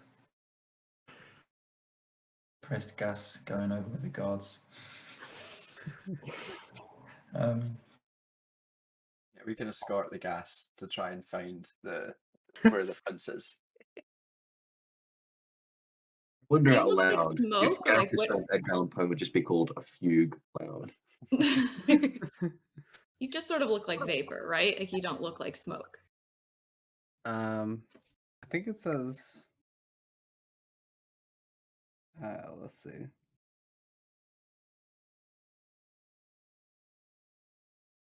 A misty cloud is what he looks like. Eventually, some have taken notice of the rather odd wandering cloud, but a number of them have been shrugging it off at this point as just London weather, especially since that surprise fog bankment that rolled in not too long ago. Yeah, I would just say stick to any candles or incense holders. try to blend in as we go. Yeah. So, for those of you who are searching for the Crown Prince, I would like a investigation check, please, as you're attempting to decipher from textual signs, indicators, and patterns of the guard where the Crown Prince might be currently stationed. Chaplain rolled a 15. 15 too. 15. A 5. It's hard to hard search as a navigate. ghost. Yeah. Hard. I just don't have the eyes. Like, how can I? Yep. As the three of you are searching through, it does take more time than you would perhaps anticipate or had hoped. And enough time passes where Boudica and Vincent Van Gogh, your erstwhile disguises start to come under a bit more intense scrutiny. Can I get some performance checks from the both of you just to continue to play off your disguise whilst they are doing this, to ensure your cover is not revealed whilst they search? Got a 11. 28. Oh, Okay. You're not quite as in touch with the compared to where you have come from, perhaps modern English nobility customs, and there are a lot of elements of it that you don't quite play off right in conversation with passing nobility. You're a bit more rough and a bit more crass than they are expecting, and some of the formalities aren't reciprocated they expect. But thankfully, Vincent Van Gogh plays off a consort really, really well, and he's able to kind of steal your attention to the side and just make it seem that as though maybe she just got really good ass beside her. And a lot of them are willing to wave it off for the time being as just young, noble love, enthralled in the coins of passion, as it were, twined in passion. And so you're keeping your for the moment, for the three of you, it did take some time. Westminster Abbey is not clear for those who are not familiar with its intricacies and the back rooms, but you are actually able to deduce that the young Crown Prince is in one of the larger papal chambers, cleric chambers, where the High Priest would reside, and he's been afforded a time of peace to himself amongst seamsters who are making final adjustments and tailorings to his crowning regalia. The door is. Has it? Oh, I was Yes? gonna ask. Has it been an hour since I cast the spell, or not quite? All told, you've probably got about 10 minutes, give or take, Okay. left on this spell, so it's not quite past. You gather it's the prince's just by the heavy heavy density of guards guarding the door, and by the patrol patterns outside that window. There's very little else that has such coverage to suggest the need for defense. How you find your way in is unclear, as it's relatively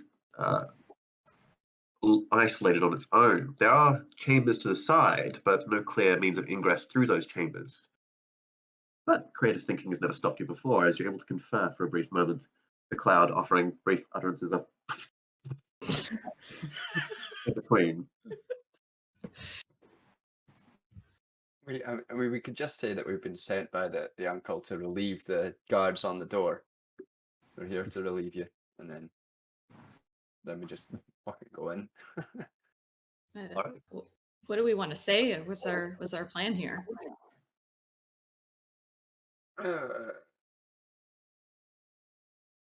You're the actor. I need a motivation. I guess we're trying to convince him to be wary of and take out his uncle before his uncle has a chance to get to him. I think that's where we go. Was that motivation enough?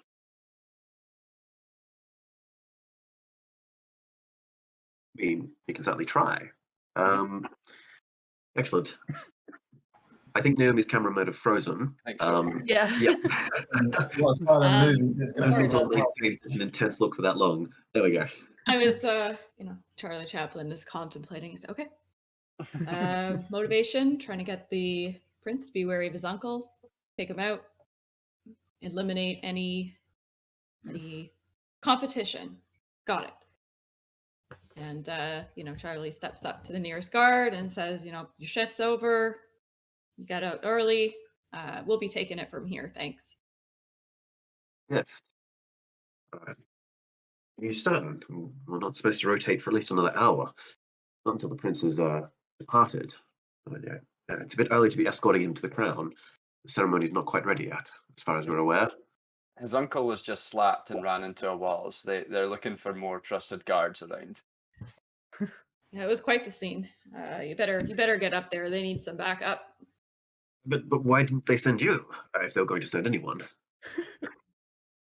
We need a fresh set of muscles on this door. I know the prince is important, but they just figured they'd make sure that we're all in a good frame of mind, as it were. You can come in and fresh and assess the situation. I mean, we could go back and we could tell. You could tell the regent that you refused to come up. I don't know how he'll make of that. I'm sure he'll be fine. He'll be like, oh yeah, it's fine. It was an order, but it was actually more of a suggestion. He'll be fine. Don't worry about it, guys. And then he'll slap us on the back and we'll get on with our lives and nothing will go wrong about that. I'll just do that now, right? No need for that. No need for that. Can I get the pair of you to make a deception check? The DC is not going to be particularly high, as you've definitely put some convincing spins on this. I'm gonna do friends, because I don't think I'm gonna see this guy again if he leaves. So I'm gonna use my friends to think, come on, everybody knows that you two are top drawer, the cream of the crop. Only the best need to go upstairs. And then Yeah. All right, natural 20. And Naomi, with advantage for friends? Yep. 15. Good God. I think I really think Robbie Barnes has pulled it through with the it's not a suggestion, it's an order. Are you really going to question this shit?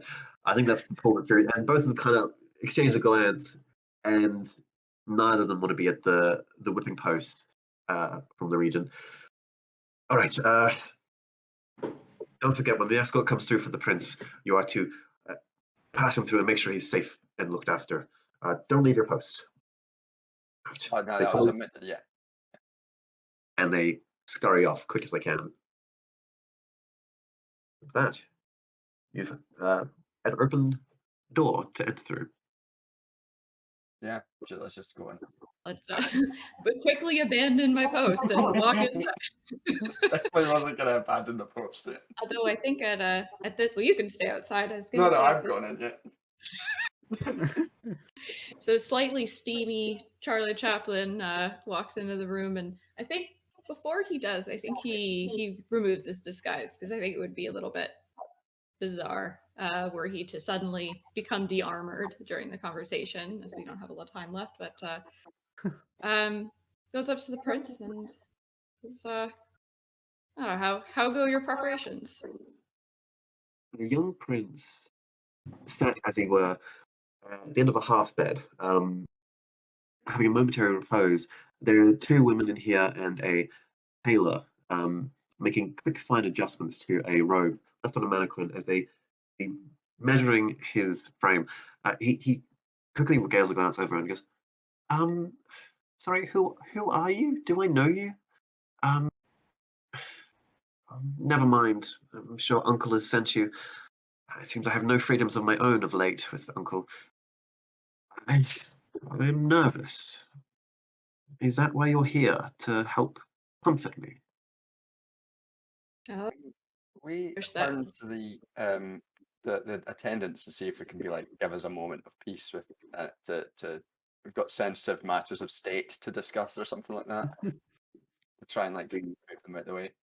The head tailor kind of gives you a mysterious look. We only have so much time. You're really going to give us less time to attend to his needs? This is ridiculous. I mean, what am I supposed to do with 10 minutes left to spare? How long is this going to take? Seriously. This will be very brief. And I've heard that you're the best, aren't you? And I know that as the best, you can pull anything out of the bag. Flattery will get you everywhere. Fine, 5 minutes tops. Don't take any longer. Girls, quickly. We'll be right outside. So the ladies could put their materials down and step out. Perfect. Okay. Dear Prince, I wish I was here to console or comfort you, but I unfortunately am the bearer of bad news. It seems that your uncle has designs to get in the way of your rule. And I'm here to give you a warning that perhaps you need to be wary of him. I see. I've had these warnings echoed throughout my court before. Other attendants, other nobles have passed this on. Is this a ruse that someone has put you up to? Mate. Has Henry put you up to this? Nah, you're just gonna have to deal with this guy. He's clearly, who has power. They don't tend to give it away for free, and you're about to take all of his power away. You better deal with this fucking son of a bitch. Robbie Burns is not of noble birth, if anyone. I appreciate that you're here to help, that you mean well, but I am but a bird in a gilded cage, as it were. I have very little real power at the moment. My power is symbolic. Until that crown goes on my head, and even then, there's very little I can do in this matter. I don't command much loyalty. My cousins in the House of Lancaster command more support from the populace and from the military than I. The only thing I have is my birth. It seems to be doing very little for me.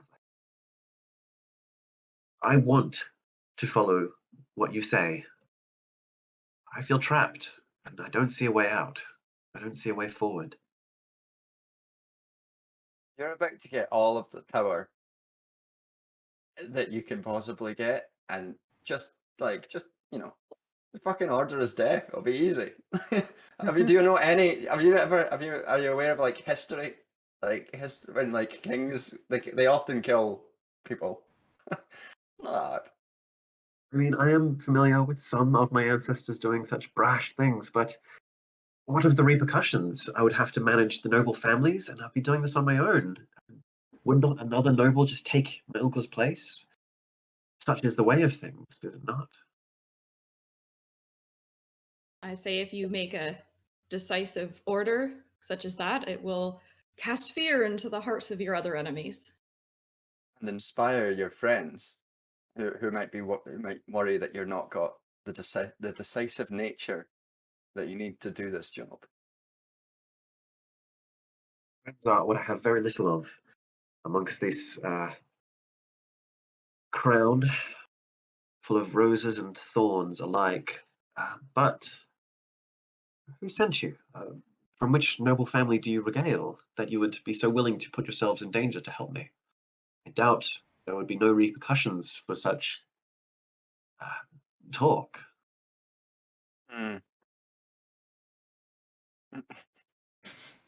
A misty cloud in the corner becomes Edgar Allan Poe. And then he just says, "We were sent by Boudica." And by my ancestor. Perhaps not directly, but the Celtic queen of legend? That's right. You can trust us. Are you... I'm sorry, but are the three of you... Is this a joke? Is there an asylum you've been... Have you been sent from an asylum? Is this meant to raise my mood? You're taking a man turning it into a man from Steam remarkably well. I have a lot of stress going through my body right now. And I'm afraid I'm going to just have to take everything I see as is. Perhaps I am the mad one here. And perhaps you are all but hallucinations. He reaches down to a night table where a cup of tea, now cool, had been poured. He takes a long sip and puts it back down. You can see his hands shaking as he does so.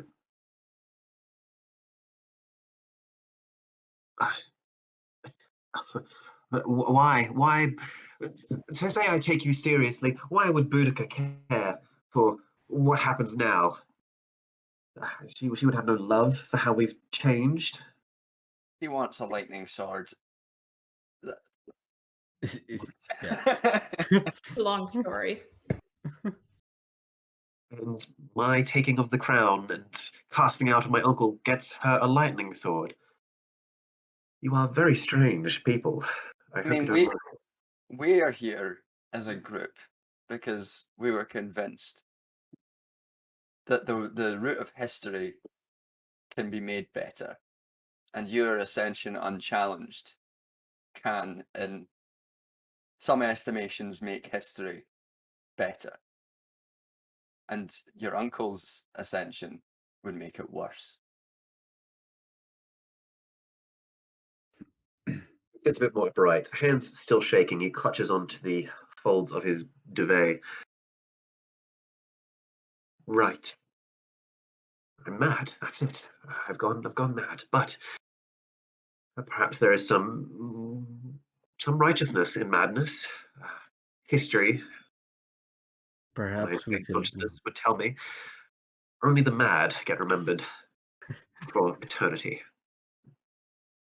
Fine. I have some ideas on how we could kill your uncle if you need any tips. Like perhaps we could lure him into a dark chamber with some Amontillado and brick up the wall while he's in there. We could put him in a chamber with a pit and a pendulum.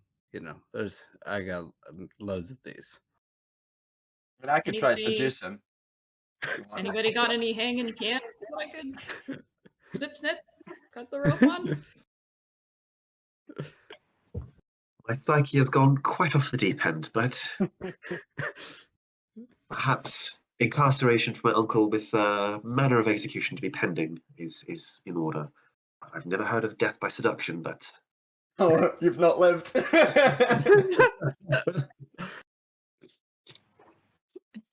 Get a Boudica involved and it'll be death by snoo. Mhm. Perhaps rumblings. if your uncle knows that you have mighty warriors by your side, which we know one, not us, but And she did just slap him across the room. So. yeah, right. So I think if you maybe come with us and we can help you take power. He throws the duvet off. He was in a nightgown. He had been taking measurements, and he stands up. The simple shift, obscuring most of his form, but he stands, hands on his hip, voice still shaking, but somewhat getting bolder by the second. Right. Mad elements of my psyche guide me forth, that I might strike down my uncle and properly guide England to a better history, future. Oh, I fear I must be terribly ill, but maybe this is a vision. And he goes to poke Edgar Allan Poe just to see if this is real. As he pokes the He fabric. feels an extremely cold body. Perhaps you are death, and perhaps this is my omen of death coming. A very well omen of death in my fractured psyche. Lead forth. I shall go as I am. I shall make it known that my uncle is to be incarcerated for Did reasonless you want to put plots clothes against the on, crown. or Oh, yes. I Yes, I mean, would. you said go as you are. I didn't. It's up to you. No. Propriety is ever a necessity amongst the nobility. I can't be seen a fool. Incarcerating my uncle in my nightgown would be more scandalous than famous. A Never get moment, naked. please. I have heard that tale. I would not be taken for a fool, though. Taylor, if you would come back in, please. He musters for the tailor to come back in, and though rushed, they hasten their delivery of his robes, and he is regaled in the fine reds and fur trimmed of the royal colours. He takes a deep breath in as he then steps forward and out of the chamber, his cloak forming a nice little train behind him, some feet. It rests heavy upon his shoulders, but he is able to stride forth nonetheless, with the three of you flanking him at the sides. You make your way back to the main chamber where a Boudica and Van Gogh have been fending off many querying questions as to what the love life must be like with such a mundane man. Some of the men amongst the nobility have been putting a perusing eye upon Van Gogh and asking how he manages with someone who is just so much by comparison. I say to them, hey guys, take this from a guy with just one ear. It's all about listening. Yeah. And Boudica leans in and goes, artists are pretty creative. Never a dull moment. Except for when I speak into the wrong ear. Many of them take notes. Cut off one ear. Listen more with ear cut off. Be creative outside the bedroom, question mark. Not just a paintbrush. Use Finger painting.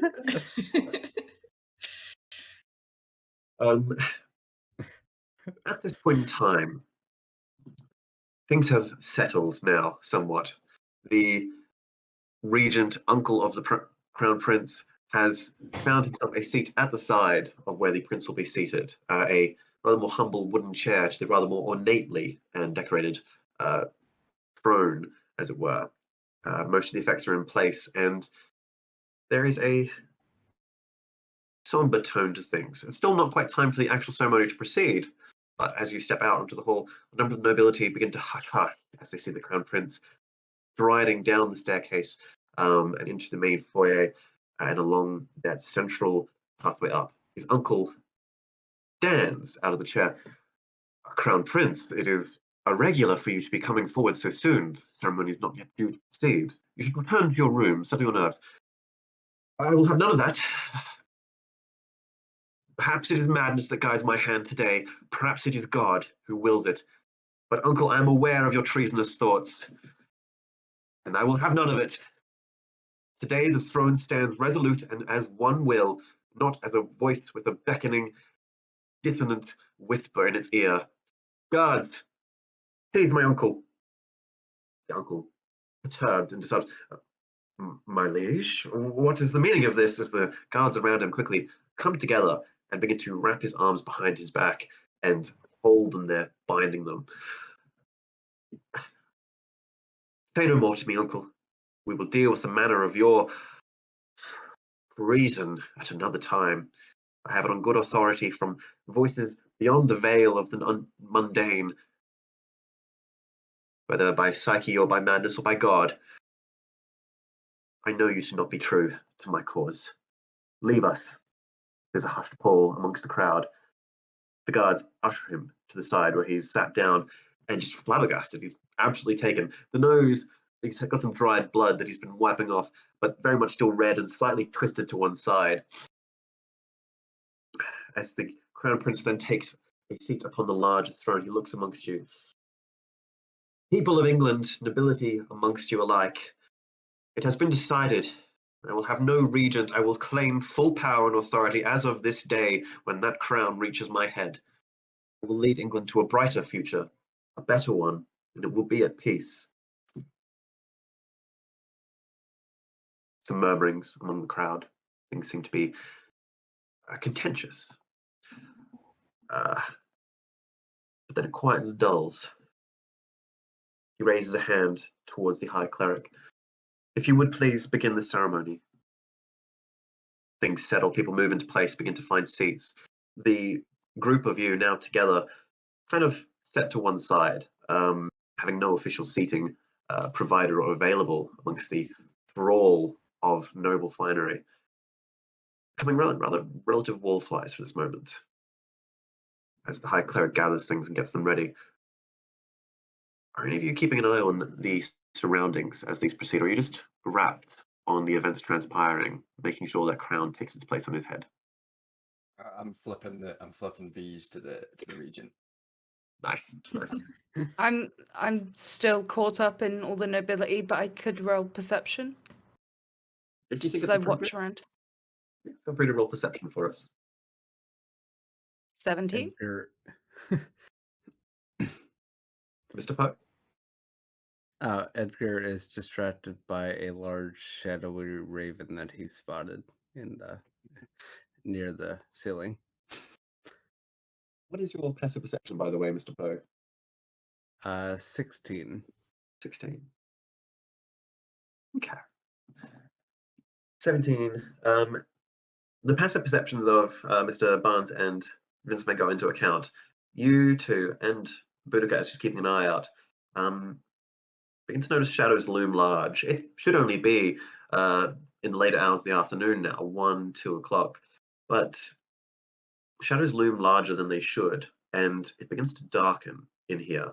It is candlelit inside Westminster Abbey, but the shadows begin to draw long and heavy. And where the raven had been seated, or perched, I should say, Edgar notices a dozen more or so begin to take perch outside the windows, their own shadows casting down. A whisper into his ear, whispers of incoming death and disaster on the wind. The crown is grasped by the High Cleric as he raises it on high, uttering more murmurings. The young prince looks up onto it, eyes not wavering, resolute, but the resoluteness of someone certain they've gone mad, as it places down upon his head.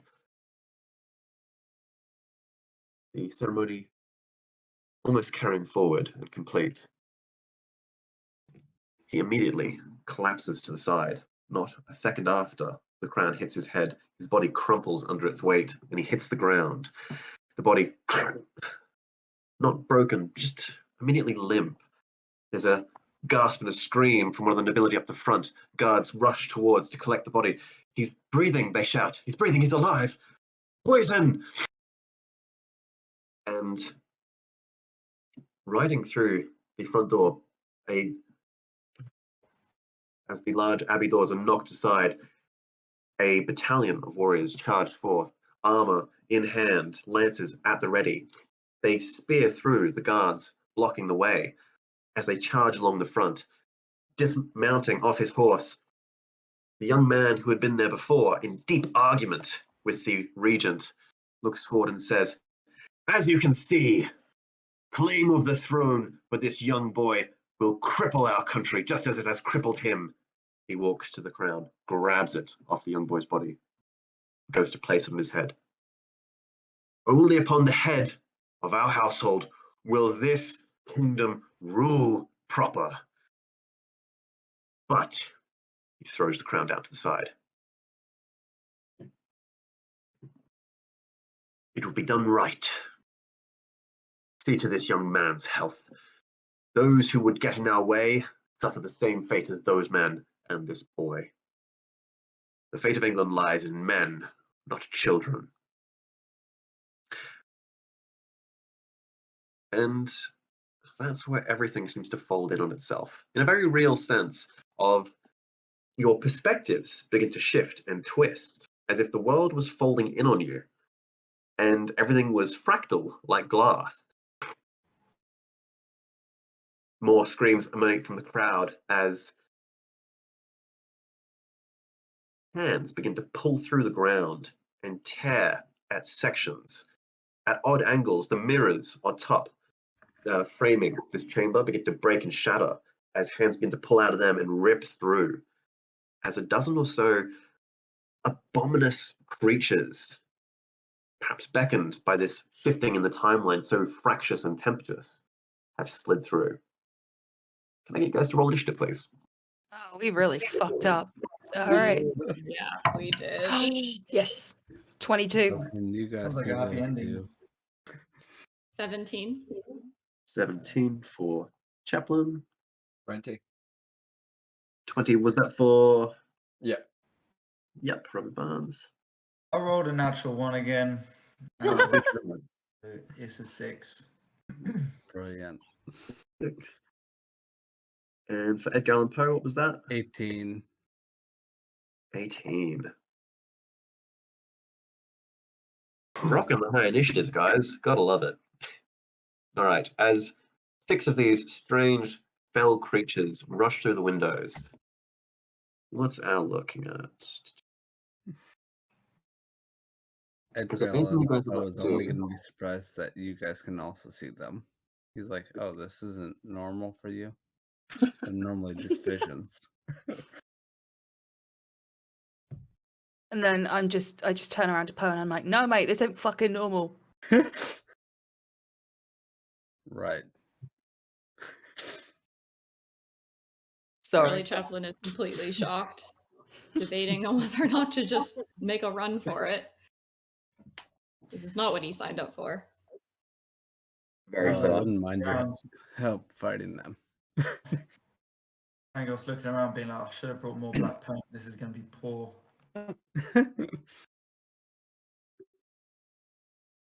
Okay, 18, and then 17, Charlie Chaplin. 1, 2, 3, 4, and Vincent Van Gogh at the bottom. Good God, y'all. This is gonna be interesting. Top of the initiative order. So, descending down from the shattered mirrors, thick, strange, horrific contortions of men drop down. Their limbs are misfigured and malformed. The torso, it's as though someone has twisted it around and wrapped it in itself, and then another torso has grown from within the central chest cavity of that upwards. The head sits at a crooked angle with one jaw drooping down, crooked and broken, with 2 rows of teeth where one ought to be. The eyes, black pools of darkness, and the arms double jointed and stretching long and uncomfortable with 10 fingers at the end of the hand, almost as though each of them is a horrific combination. Their skin seems to be a dense and hard matter, almost rock-like. As they drop to the ground, they collapse in a heap but stand up, moving as though marionetted. Boudica, you're up first. I do not like these guys. I do not. Nothing about this is right. So, I'm gonna give a nice fat swing of my greatsword towards the closest one to me, because there's no way I'm letting them come any closer. An attack roll. 29. Jesus. Yeah, I hit a nat 20. Nice. you're used to the sensation of hitting armored foes, and their body is like armor, but you're Boudica. You're a mother badass. You cut through that anyway. Roll some damage. Yep, will do. 21. 21 Nice. points of damage. 21 points of damage. Dear God. That's insane. Okay, yeah. All right. You've dealt over half its hit points there. Failure from that. Quick roll of the dice there. All right. The unnatural constitution of this creature, it's able to persevere in spite of the incredible injury you've just dealt to it in this moment. You do have a second attack though. As you've pierced down, it's not, you've scored a terrible mortal wound on any other person. It's taken the injury as you've just pierced through its chest cavity, and it's just moving forward into it. Like it's going into your blade as you attempt to pull back for the next strike. Okay. Am I good just to swing again? Yeah, absolutely. All right. 20. 20 will hit. Roll some damage again. 10. 10 points of damage. All right. Pulling the blade out from its form, you are able to deftly finish the cut you'd started and cleave it in twain. The top half of the body collapses to the ground, and then the bottom half still kind of moves. It staggers into a heap as it seems to have lost its directing impulses. You've knocked up one of them very quickly. Very well done. Knocking it down to 5 of these threats that still remain. And Stagger keeps getting up now and mustering around the crowds of nobility who are panicked and screaming as these things lurch towards them. Before they're able to get any particular traction on that, though, Robbie Barnes, you're up next. Okay. I would like to cast Shatter at 5th level on, which is a 10-foot sphere, on the group of them that are grouped together. As many of them I can hit in that 10-foot sphere as I can.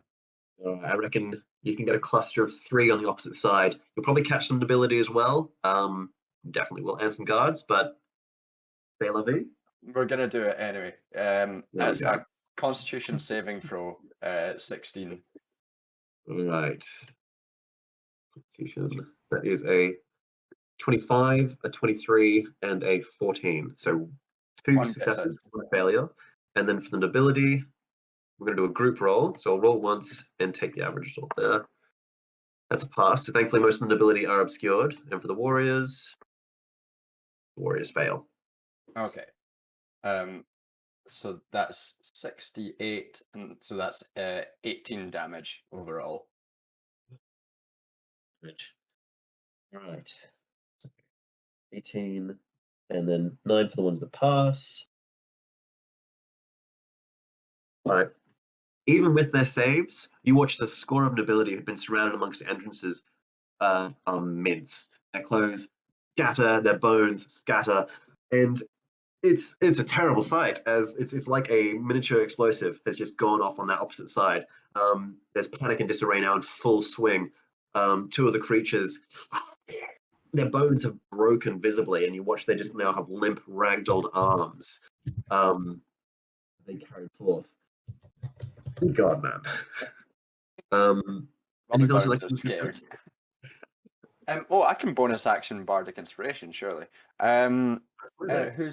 I'll give Edgar Allan Poe some Bardic Inspiration. There you go. Is that a D8 at this level? I believe so.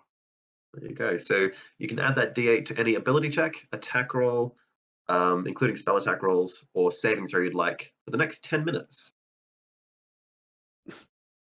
Sounds good. To give that inspiration, he'll turn to Edgar Allan Poe and say, "The fear I hell's a hangman's whip to haud the wretched order, but where you feel you're on a grip, let that I be your border." He gives a stoic nod. Beautiful poetry. As it were, it is now the Eldritch Abomination's turns. And something peculiarly disturbing occurs for Boudica. As Boudica, that body that limped forward, you watch as it starts to attempt to pull itself back together.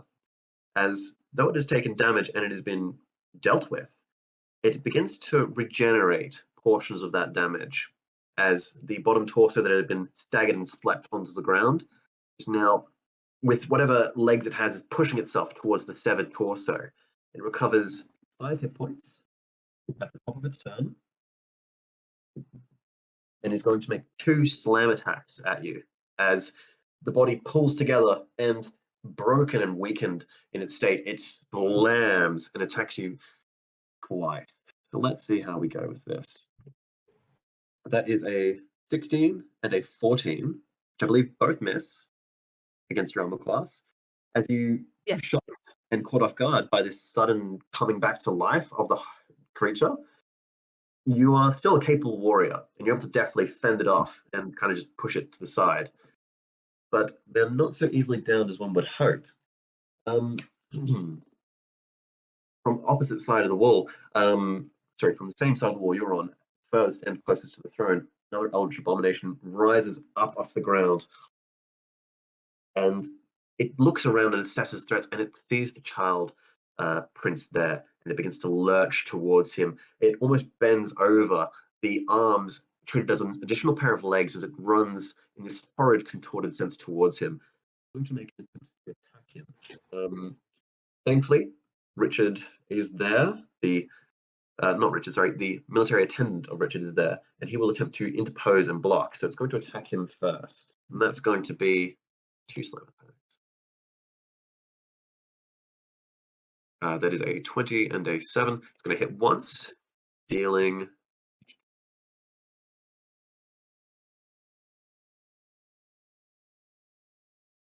a healthy 14, 17 points of bludgeoning damage. As you watch, it just swings its arms wildly together, and he's able to put his shield up and deflects the blow across the first one, but on the second one, as it lurches back and slams forward, you can see his legs buckle as the dead weight of this creature is just able to concave and cause some serious tension and breakages. You watch as his legs buckle beneath him. He takes 17 points of damage. He's not looking very. So he is a evidently experienced warrior. There's not much that readies you for these sorts of horrific creatures. That's their turn. Next up, we have Mr. Who was it? Edgar Allan Poe, I believe. Yes, Edgar Allan Poe. Edgar will just kind of wander through this fight in a daze, and he'll wander over to the child's body, is what he's going for, to try to help protect it. And what? Sorry, narrative flourish. You continue, please. Okay. And he'll look towards the guy, and just say, "I told this child that I would help him gain the throne, and I will not let monsters or you stand in my way." And then he will actually help this guy fight the zombie thing. So I'm going to cast Vampire Touch and try to grab onto the zombie. So some shadows cover his hand, and he reaches out to touch the creature. Nice attack. All right. Okay. That is. Where's my bonus? Okay. 16. 16. 16 will not hit, unfortunately. As you reach forward and attempt to grasp onto it to drain it of its vital essence, the creature looks up to you, rasping and attempting to communicate, and you hear it go, yeah, man. As it roils anger and twisting its form in that unerring manner of something that shouldn't be alive, that is alive but animates in a jerking fashion. Decidedly uncomfortable and disarming, but you are unable to gain purchase on it and claim that vital essence with your attack. You still have your bonus action and your movement if you'd like to claim it, and you can still use Vampiric Touch on your following turns as you maintain that spell for the next minute. Yeah. I will. So with his bonus action, he will summon well, it's called Houndeville Omen, but he's going to summon one of these Shadow Ravens and turn it to our side. So he'll reach behind him, and some of the shadows formed by the throne just kind of turn into a raven and fly at the zombie. And a hound has been given the order to kill the zombie. So I think it goes I've right got the stats after with me. me. So the raven, a solemn core, but as it rises through, it seems to gain in size and stature with the shadows wrapping around it. As it flies towards it, it's going to make an attack roll. Mm-hmm. So to pull it down with it. It gets a 13 plus its modifier 5, 18 just hits. It's going to deal 2d6 plus 3 points of damage. That's 8 points plus 3. That's 11 points of damage on this monster. And it needs to make a strength saving throw as the bird attempts to then pull it down into the shadow with it. That is a 15. 15 will succeed. So as the bird grasps it and begins to then pull and recede its form into the shadow, blending once more, the beast is able to release its grasp from the beak of the raven. The raven apparates once more into the air, its form disguised somewhat by the shadow, but it has a fixation on the creature you've set it upon, and its gaze never alters from that strange, unknowing creature. Well done. Excellent use of your turn. As you stay and maintain your position, we move to Mr. Charlie Chaplin amongst this morbid affair. Upon seeing the abomination attempting to harm the child, Charlie, pats the ground or searches frantically to find something, anything that he can launch at the beast, and comes upon the crown. He lights a stick of TNT, sticks it under the crown, and casts Catapult and shoots the crown straight at the abomination. Okay. I'm guessing that's a dexterity saving throw, or is that an attack roll? Dex 14 saving throw. Okay. That's a 10, which is a failure. Wow. All right, let's do some damage. And with the TNT, I'll say that adds an additional effect on top. Do you have the damage for the TNT? I mean, that was more of a narrative flourish, but if you want me to roll a little bit extra, you just let me know. Oh, I would roll a cool TNT, comic fun. We'll say a 1d6 extra on top, just for the fun of it. All right, so both the crown and the abomination take 16 points of damage. So the crown launches, embeds itself into the chest of this creature, the secondary chest higher up, creating a nice little circle where its heart would be in an ordinary case.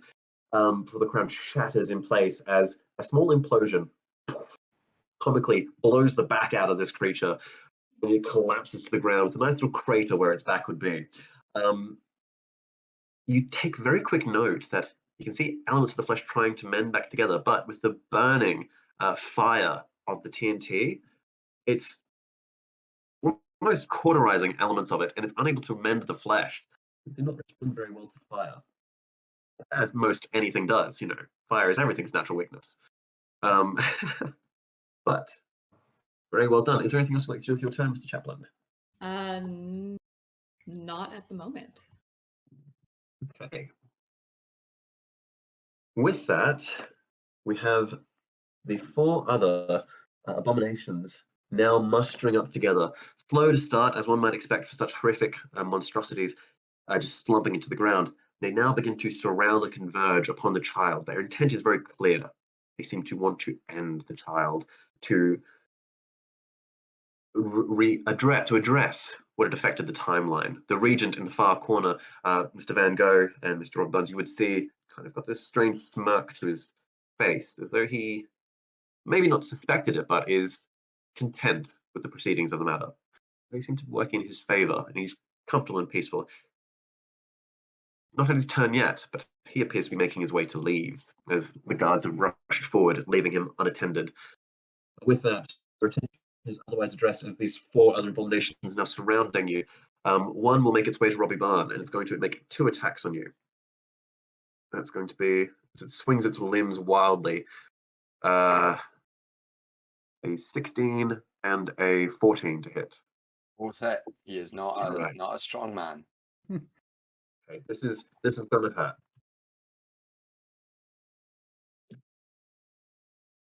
Robbie Barnes takes 37 points of damage as its wild flailing, ripping and tearing, pulling at your clothes, goring flesh. The hands seem to almost melt through your skin like butter, and it scores like nothing else, hurting a great deal as it just tears and pulls through.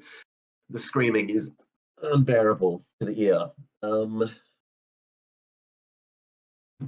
Another one pulling up, running past you besides Mr. Van Gogh is going to attempt to assail Mr. Van Gogh. That's going to be 2 attacks, slamming again. That is an 8 and a, sorry, I can't read my own dice. Oh, a natural 1. Yeah, he's not doing anything useful there. He's screaming into your deaf side, and you're just not taking much notice of it and kind of just walking around it as it's flailing where you used to be, not having nailed that age-old technique of hitting where they think they'll move. The other 2, one proceeds right up next to Boudica, where the other one has pulled itself together and attempted to attack, and it's going to make 2 attacks on Boudica. How does that work? That is a 16 and a natural 1 again. God. Neither hit. I've never met Will Wheaton, but sometimes I feel like he's cursed my dice anyway. Don't come at me, Will Wheaton. You know what you did. The last one on the current initiative is going to attempt to rush past. It's going to use an athletics roll to attempt to tumble through the space of Richard so that it may be on top of the young crown prince. It needs to hit a 13 or higher. It rolled a 9 plus its modifier.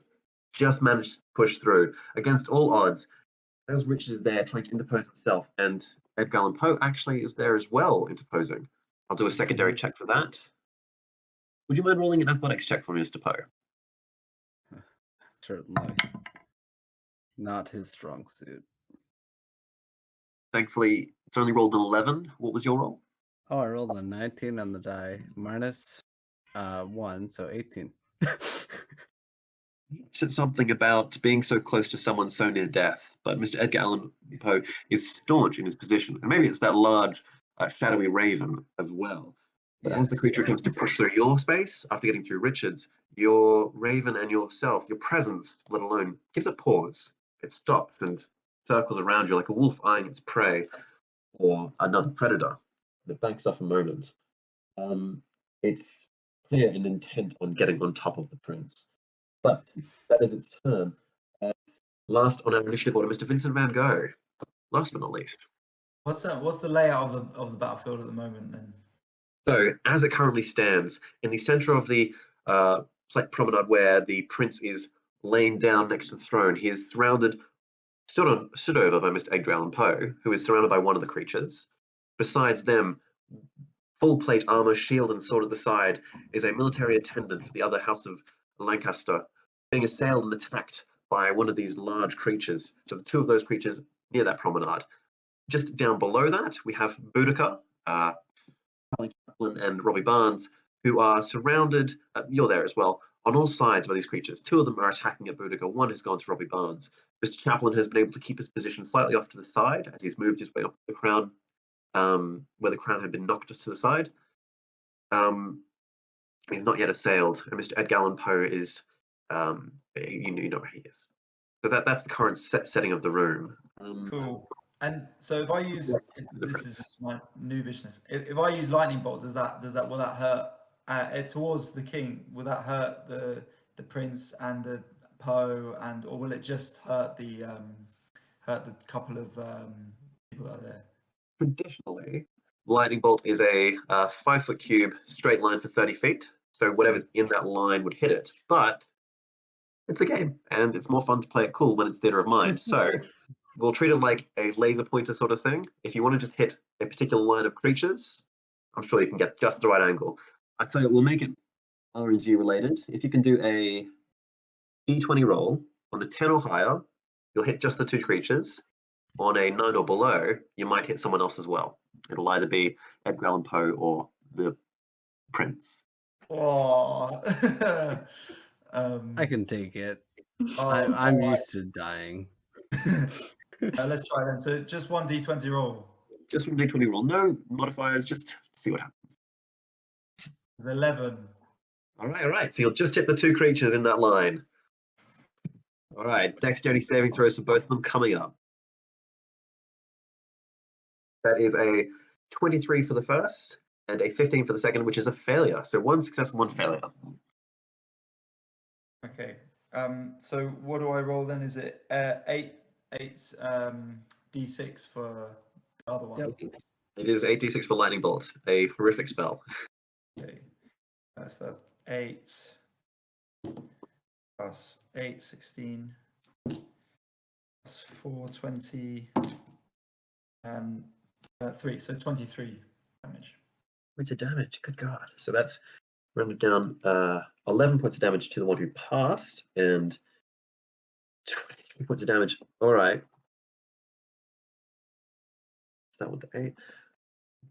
Okay. Of the two on the crown, on that promenade where the crown prince would be, you melt through the back of one that had already been fighting with the military attendant, and you score the other one heavily, and you just watch as that one in front of the attendant is melted, like literal ash in where its form would be, as it collapses in a heap of smoldering dust and motes.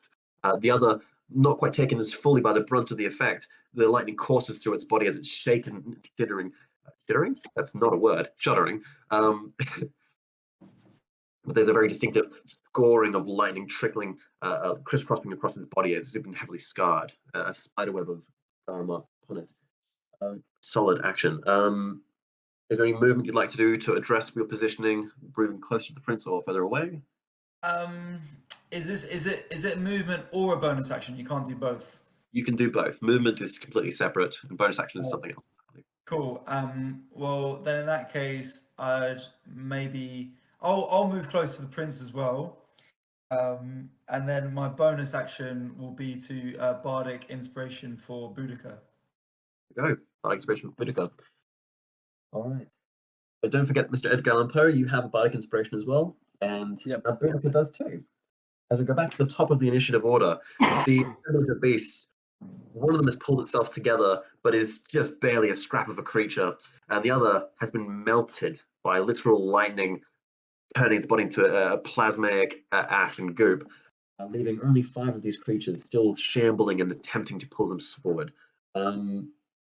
I believe another one was melted by Mr. Edgar Allan Poe, so now there's only 4 of them, in truth.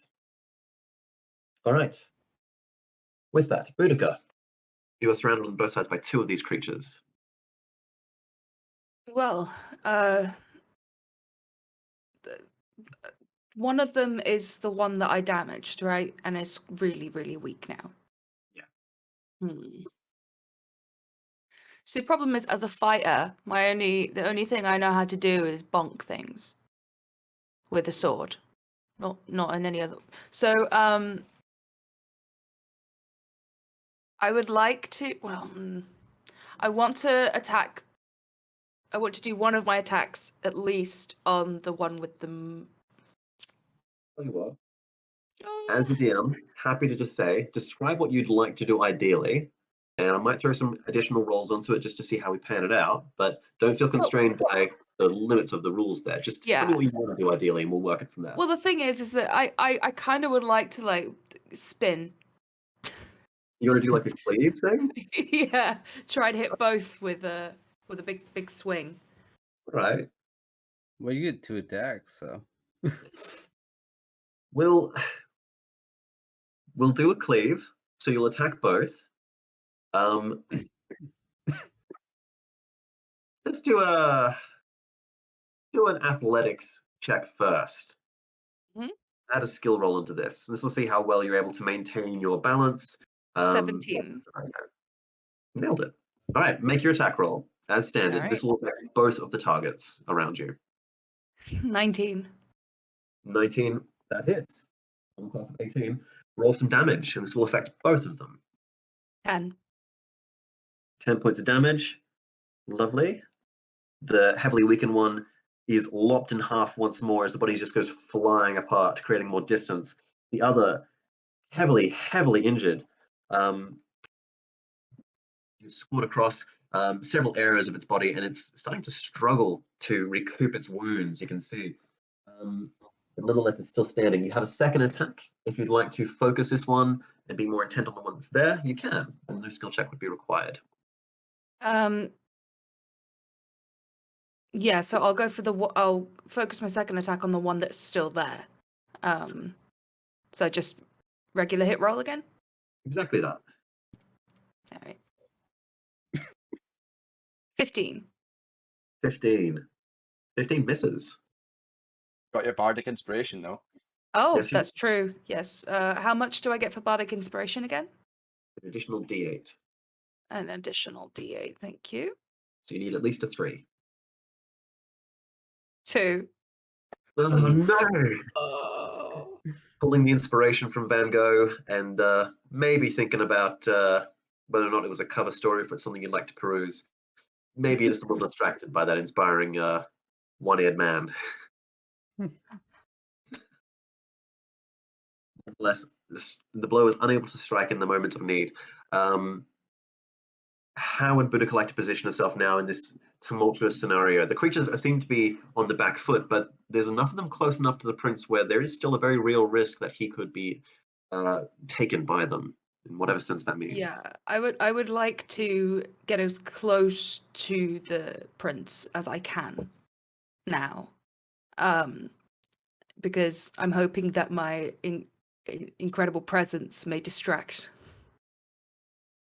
some of the eldritch monstrosities. Excellent. Pulling back, it rolls an opportunity attack to attempt to lash out at you as you're retreating, and it gets an 18, which I believe just hits. Is that correct? Yes. Right. That is max damage. Good God. 18 points of bludgeoning damage as it swipes out and scores against your back, glancing across nerves. Cool. Excellent. Your turn, Boudica. We have Robbie Barnes. Robbie Barnes, you've seen the situation as it pervades. You now have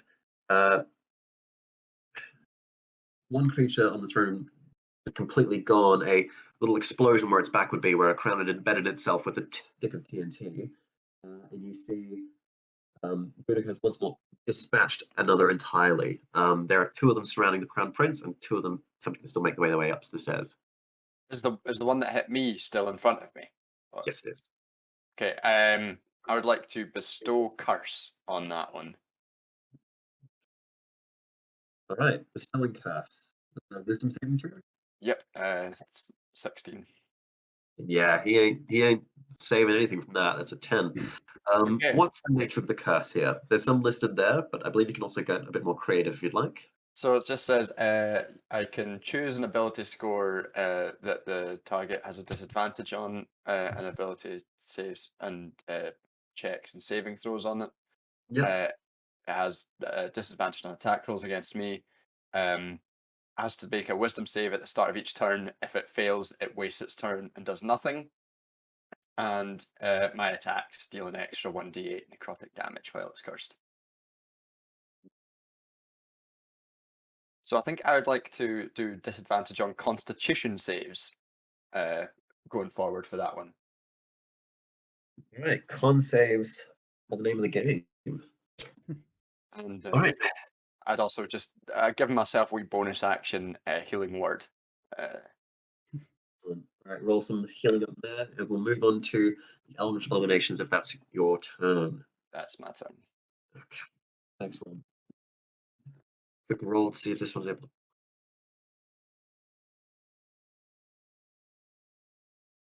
Nope. All right. With that, we have one of the Eldritch Abominations that have to count on that initiative order. The next one is the one that has this curse bestowed upon it. Seeing that it's struggling to glance anything towards you, there's this almost groupthink as all the abominations' heads turn in synchronization and intently laser in on the prince. Desperation now as their goal is set, the reason they seem to have been summoned. It's going to stagger away from you, provoking an opportunity attack from you if you'd like to take it. From me. It's moving away from you. Okay. Can I do what? Can I do like a spell for an opportunity attack, or is it just like a? It's ordinarily just a weapon attack. Okay. I'll You'd just have to use it if you're Warcaster. I'll just hit it. Try and hit it with my rapier then. There you go. Oops, sorry, I forgot to actually try and hit it. Oh, that's probably not going to hit. That's 10. It will not hit, unfortunately. Your rapier pierces off its side as it staggers away from you and towards the Crown Prince. As it approaches, it's going to attempt to have to move through the spaces of the military attendant and Edgar Allan Poe. It's going to have to do 2 athletics checks to try and do that. So not in a good way. Fails right off the bat. Given its desperate situation, it's going to make 2 attacks on the military attendant just to try and get him out of the way for any who proceed after it. 1 hit and 1 failure. That's going to be too many. 17 points of damage. He is down to the count as this one now comes up to the side. He's been fending off one relatively effectively, but now this one grabs him up and just rips him in half, and he splits open like a pinata. It is a horrible sight. Most of the nobles at this point in time have started screaming and scurrying and are now fully leaving the chamber. Most of the warriors are protecting the sides. Some of them have attempted to come in close, but there's no angle they seem to be able to get in without causing more disturbance amongst the scene. An unfortunate blow for the House of Lancaster there. That is that one's turn. So we now move up to Edgar Allan Poe. Mr. Edgar Allan Poe, what would you like to do? I will try repeating the vampire touch on the closest one. So I'll roll my attack. Okay. That's only an 11, but I'm gonna try to use my inspiration, and hope I roll really high. Fingers crossed. You need a 7 at least. Alright. Oh, got a 2. So that's a miss. And then I will I'm gonna look around for the uncle. Is he still in the chamber? He has made motions towards the exit, and you can see him amongst the throng of nobility who are now also in a panic and hurried to get out. He's not a few feet from the door, watching over at the tumultuous events that are happening. He's keeping an eye on things, but he's making motions to leave. All right, I am going to. The guy at the pub wanted us to kill the uncle, right? So I'm going to quicken spell with 2 sorcery points and shoot a chill touch at the uncle. Hey, he'll touch. Is that a wisdom saving throw or a spell attack roll? Attack roll. Okay. That is. There we go. 18. 18 will hit. Roll some damage. All right. So 2d8. So the first one is a 5 and 4, so 9 necrotic damage. Describe to me how your chill touch ends this man's life. Alright, so a skeletal hand shoots forth from Edgar's own, and it kind of just wraps around the uncle's neck and squeezes the life out of him.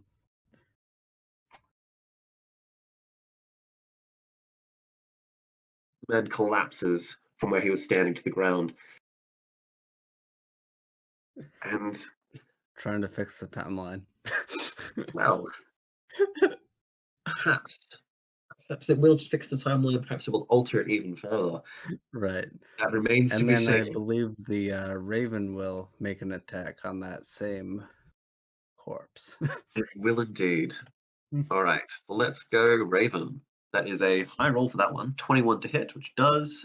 And it's going to deal another 2d6 plus 3 damage.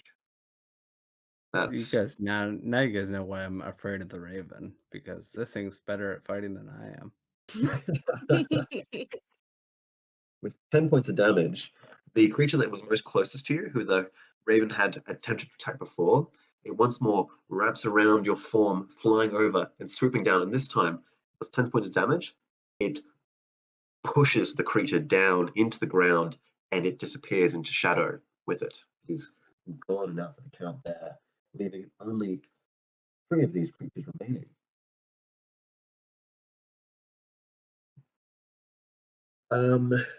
That is its turn. So we now go to Charlie Chaplin. There are 3 of these creatures remaining. 2 of them are surrounding. Actually, I believe all of them are now surrounding the Crown Prince, attempting to push their way through the now dead body of the military attendant and the solitary statue of Edgar Allan Poe, who stands ominous and foreboding as a raven shadow carries itself around him.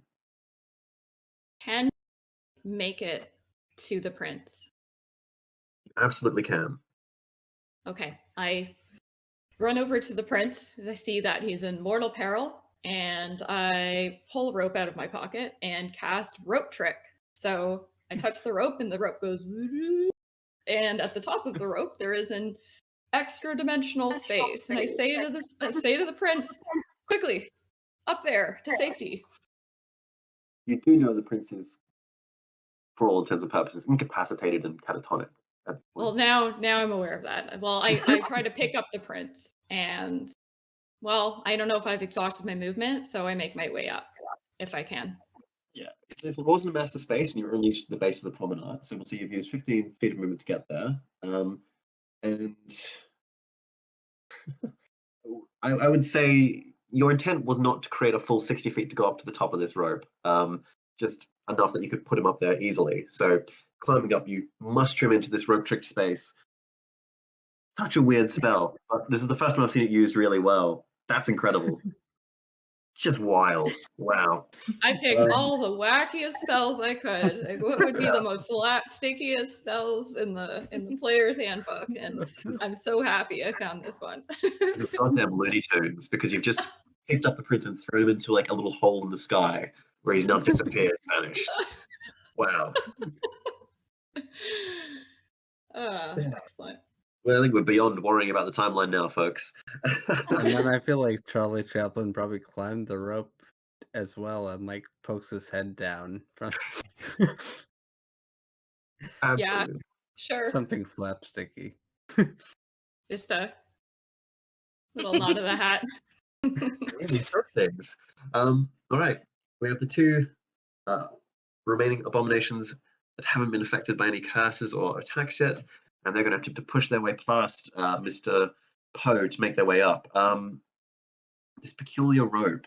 I'm going to do a quick intelligence check on their behalf to see if they'd have the wits or wherewithal to recognize that that's an extra dimensional space. One of them does not. The other, whether it's instinct or just compulsion, it seems to be driven to follow that scent like a hound. One of them will rush forward to Mr. Edgar Allan Poe as the last person in the way. He's going to take 2 attacks on him. That's going to be a 14 and a 15. Both hit. Okay. And that's going to be 26 points of damage. All right. Now, the other is going to rush past you. If you'd like, you can make an opportunity attack. As even though you're being harassed and harangued by this other one, there's a brief window of opportunity for you to make a swipe or attack at this other one as it rushes past towards the rope. All right, I will swipe with a punch because he has no weapons. That is, that was actually, I think I missed. 17, so just missed, I think. Just missed. Very close though. But with that, it rushes forward. The rope trail is still there, and as it goes underneath, it looks up and stares Charlie Chaplin right in the face and attempts to grapple and pull him down with its first attack. So I need a contested athletics check from Mr. Chaplin, please. Okay. The number to beat is 23. Oh, if only I could have done acrobatics. All right, athletics it is. You can do acrobatics as the person to escape it. Okay, yeah, I thought so. Yeah. Plus 12 versus a plus 7. I know what I'm going with. 27. Like trying to hold onto soap. Well, you're just slipping out of its hands. As it's gripped your wrists, you just keep pulling them out and doing this whole I don't know what to say sort of gesture. And unable to make any purchase. So getting more incensed and ired, it's going to attempt to climb up into this space so that it's in your rope territory. Is there any... I'm reading through the spell. It says attacks and spells can't cross the entrance, but can it enter your space? Attacks and spells can't cross through. I mean, you can pull the rope up, but I guess I didn't say I did that. So I guess we'll say it attempts to crawl in. Yeah. All right, so it's going to have to push through your space, which is athletics check. Again, contested by... I believe this time it's contested by your athletics. God, guys, you just did this really well. And the dice hate me. That's a natural 1 for a total result of 4. I don't think there's any chance of, with your plus 12 modifier, him beating that. Yeah, So you just watch as it's now attempting to push through you, and like two guys on the street trying to walk past each other. Every time it gets up, you're just in the way. Goes to the other side, you're in the way. Goes to the other side, you're in the way. It's not having a good time. That is its turn. We go to Van Gogh. You can see 3 of these creatures on the promenade. One attempting to climb up a rope into an empty space where Charlie Chaplin's head is occasionally poking out of. And the other 2 standing over a pulled apart dead body, trying to find areas to go, with Edgar Allan Poe standing there as well. Robbie on your either side of you. Cool. Well, I think after Charlie Chaplin's fantastic comedic display, I think the demon on the rope needs to learn to enjoy that. So I'm going to get my paintbrush out and cast Tasha's Hideous Laughter at the abomination on the rope there. Wisdom saving throw, DC16. That is a failure with 14. So, do you...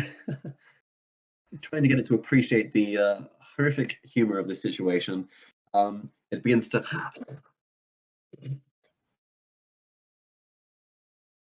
The closest thing you might understand to be a laugh from its scored windpipe, the creature literally falls on its back and starts rocking its limbs in this jittering, laughing motion. It is incapacitated, and it is unable to stand up for the duration of this spell. And it doesn't get to make any saving throws unless it takes damage. Wow. Yeah, that guy's OOC for this, unless you guys did damage to it. That's ridiculous. Well done. Well controlled. Is there anything else Mr. Van Gogh would like to do? Hey, go on, Buddy. Let's have another go. I'll give some bardic inspiration back to you for another try. Cheers, mate. I give my paintbrush a little twiddle, and then I put it back in my paintbrush holster because I have a paintbrush holster. Brilliant. Just in time as we go to the third round. Boudica, you're on top. All right. Okay. So where are the non-incapacitated remaining enemies? Or maybe there's only one. There's 2, and they're surrounding Edgar Allan Poe at the moment. One kind of trying to figure out where to go, and the other already engaged with him, still trying to figure out where the prince is. They're been thrown off by this rope trick in this extra dimensional space. Yeah. I'd like to attempt to throw one of my hand axes at someone. And if I make whichever one has most health. Make an attack roll for us. Alright. Is there an additional thing you wanted to put on that? 22. That hits. Roll some damage. 6. 6 points of damage. All right.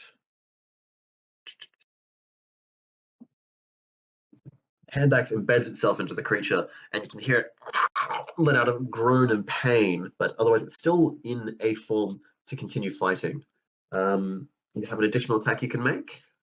What would you like to do to follow that attack? I'd like to use my greatsword, but I think I need to get within range. I think I have to move. Absolutely. I There's think I'm nothing close stopping enough, though. Yeah, absolutely. And did you want to try and do a cleave again to get all three of them, potentially? Haha, yes. All right, make an athletics check for us. You want to hit 15 or higher. 8. All right. I got a nat 1. I got a natty 1. Devastated. All right, you can hit one of them. What do you want to go for? The one who I just embedded an axe into. Make your attack roll and make some damage. 26. That hits. Let's go damage. 13. 13. Quickly cutting this creature down to size, your blows strike and score into its body, and it screams out in pain. It is in a terrible condition, as even though it looks horrible, it now looks horrible and horribly injured. If there's anything else you'd like to do for your turn, let me know. Otherwise, it'll be Robbie Barnes next. Right. Is there I think I'm good. There we go. Robbie Barnes. is there any way to cast a shatter with a 10-foot radius that isn't just hitting all my everyone else? Let's do this theater of mind. So rule of cool. Roll a d20 for me. The 10 or higher will hit the three creatures. On a 9 or lower, we may hit some of the others. Poe will probably live. That is an 11. There you go. So you will hit 3 of them. You've just managed to find the right angle without getting your allies as well. Okay, so that is it's just a Constitution save 16, and the one that's cursed has disadvantage on that. The one with disadvantage had a 14 plus 3 is 17, but with the disadvantage, there was a 9 plus 3 for 12, so he fails.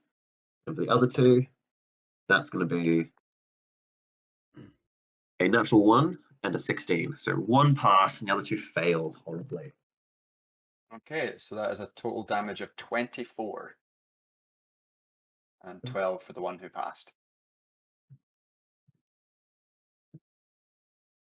With that, you watch as the two of them, however you manage to place the shatter, just positioned perfectly.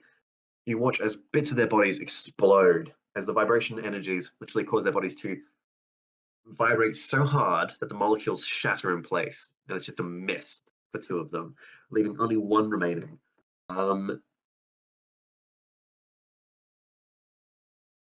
The creatures that would have been in between Robbie Barnes and Edgar Allan Poe are gone. So that leaves us with, last but not least, Edgar Allan Poe, potentially wrapping this off.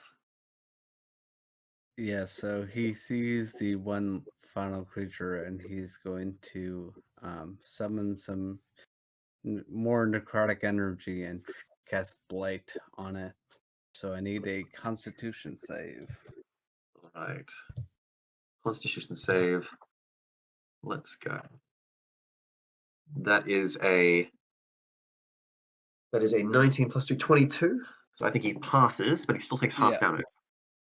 Yeah, so it was 39 damage, but half, so 20 or 19. Even with the half, how would you like to end this creature with the blight? So he again puts his hand out, and this time there's no skeletal hand, but the creature's body just begins to wither from the inside out. So it becomes more skeletal, and then you see black veins erupt, and it just drops to the ground, dead.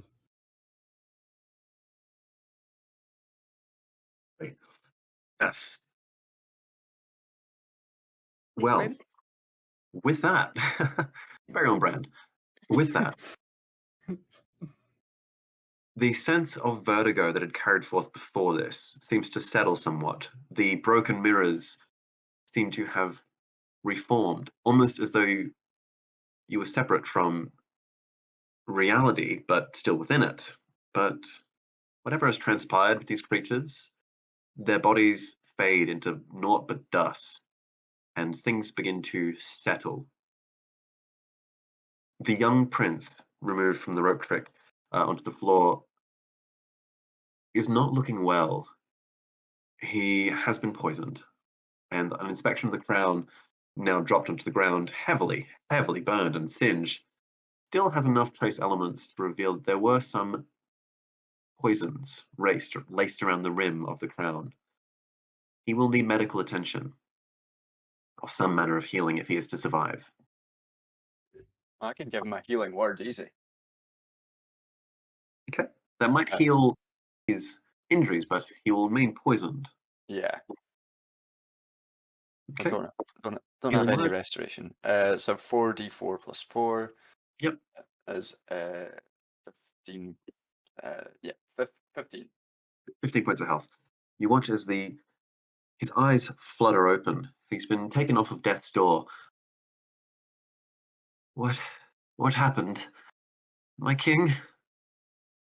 Has it happened? Yeah, you did great. Thank you. He sits up, and you can see he's very much quite frail in this moment. Though small already, the poison really taken a lot of the gusto and energy that he'd shown previously out of his system, and he is very much what he appears to be in this moment, a child, surrounded by the fineries and heavy drapes of responsibility and robes. I think I need to see a physician. Please, Yes, would you mind to help unfortunately, me out? I only deal in death, so I can't really help you unless you want to go the other way. Maybe after today, we'll talk about it. But with that, we'll go into something of an epilogue sequence and finish up here. As you've made your choices, you've sided with the path of changing the timeline. For the better or for worse remains to be seen. But you decided to put your faith in something different than what occurred. You take the young Crown Prince out of the Westminster Abbey, and he is attended to by physicians who will do their utmost to cure him. But there is a vacuum now, a power vacuum. As whilst the young prince recovers, there are no advisors and no one to run the matters of state.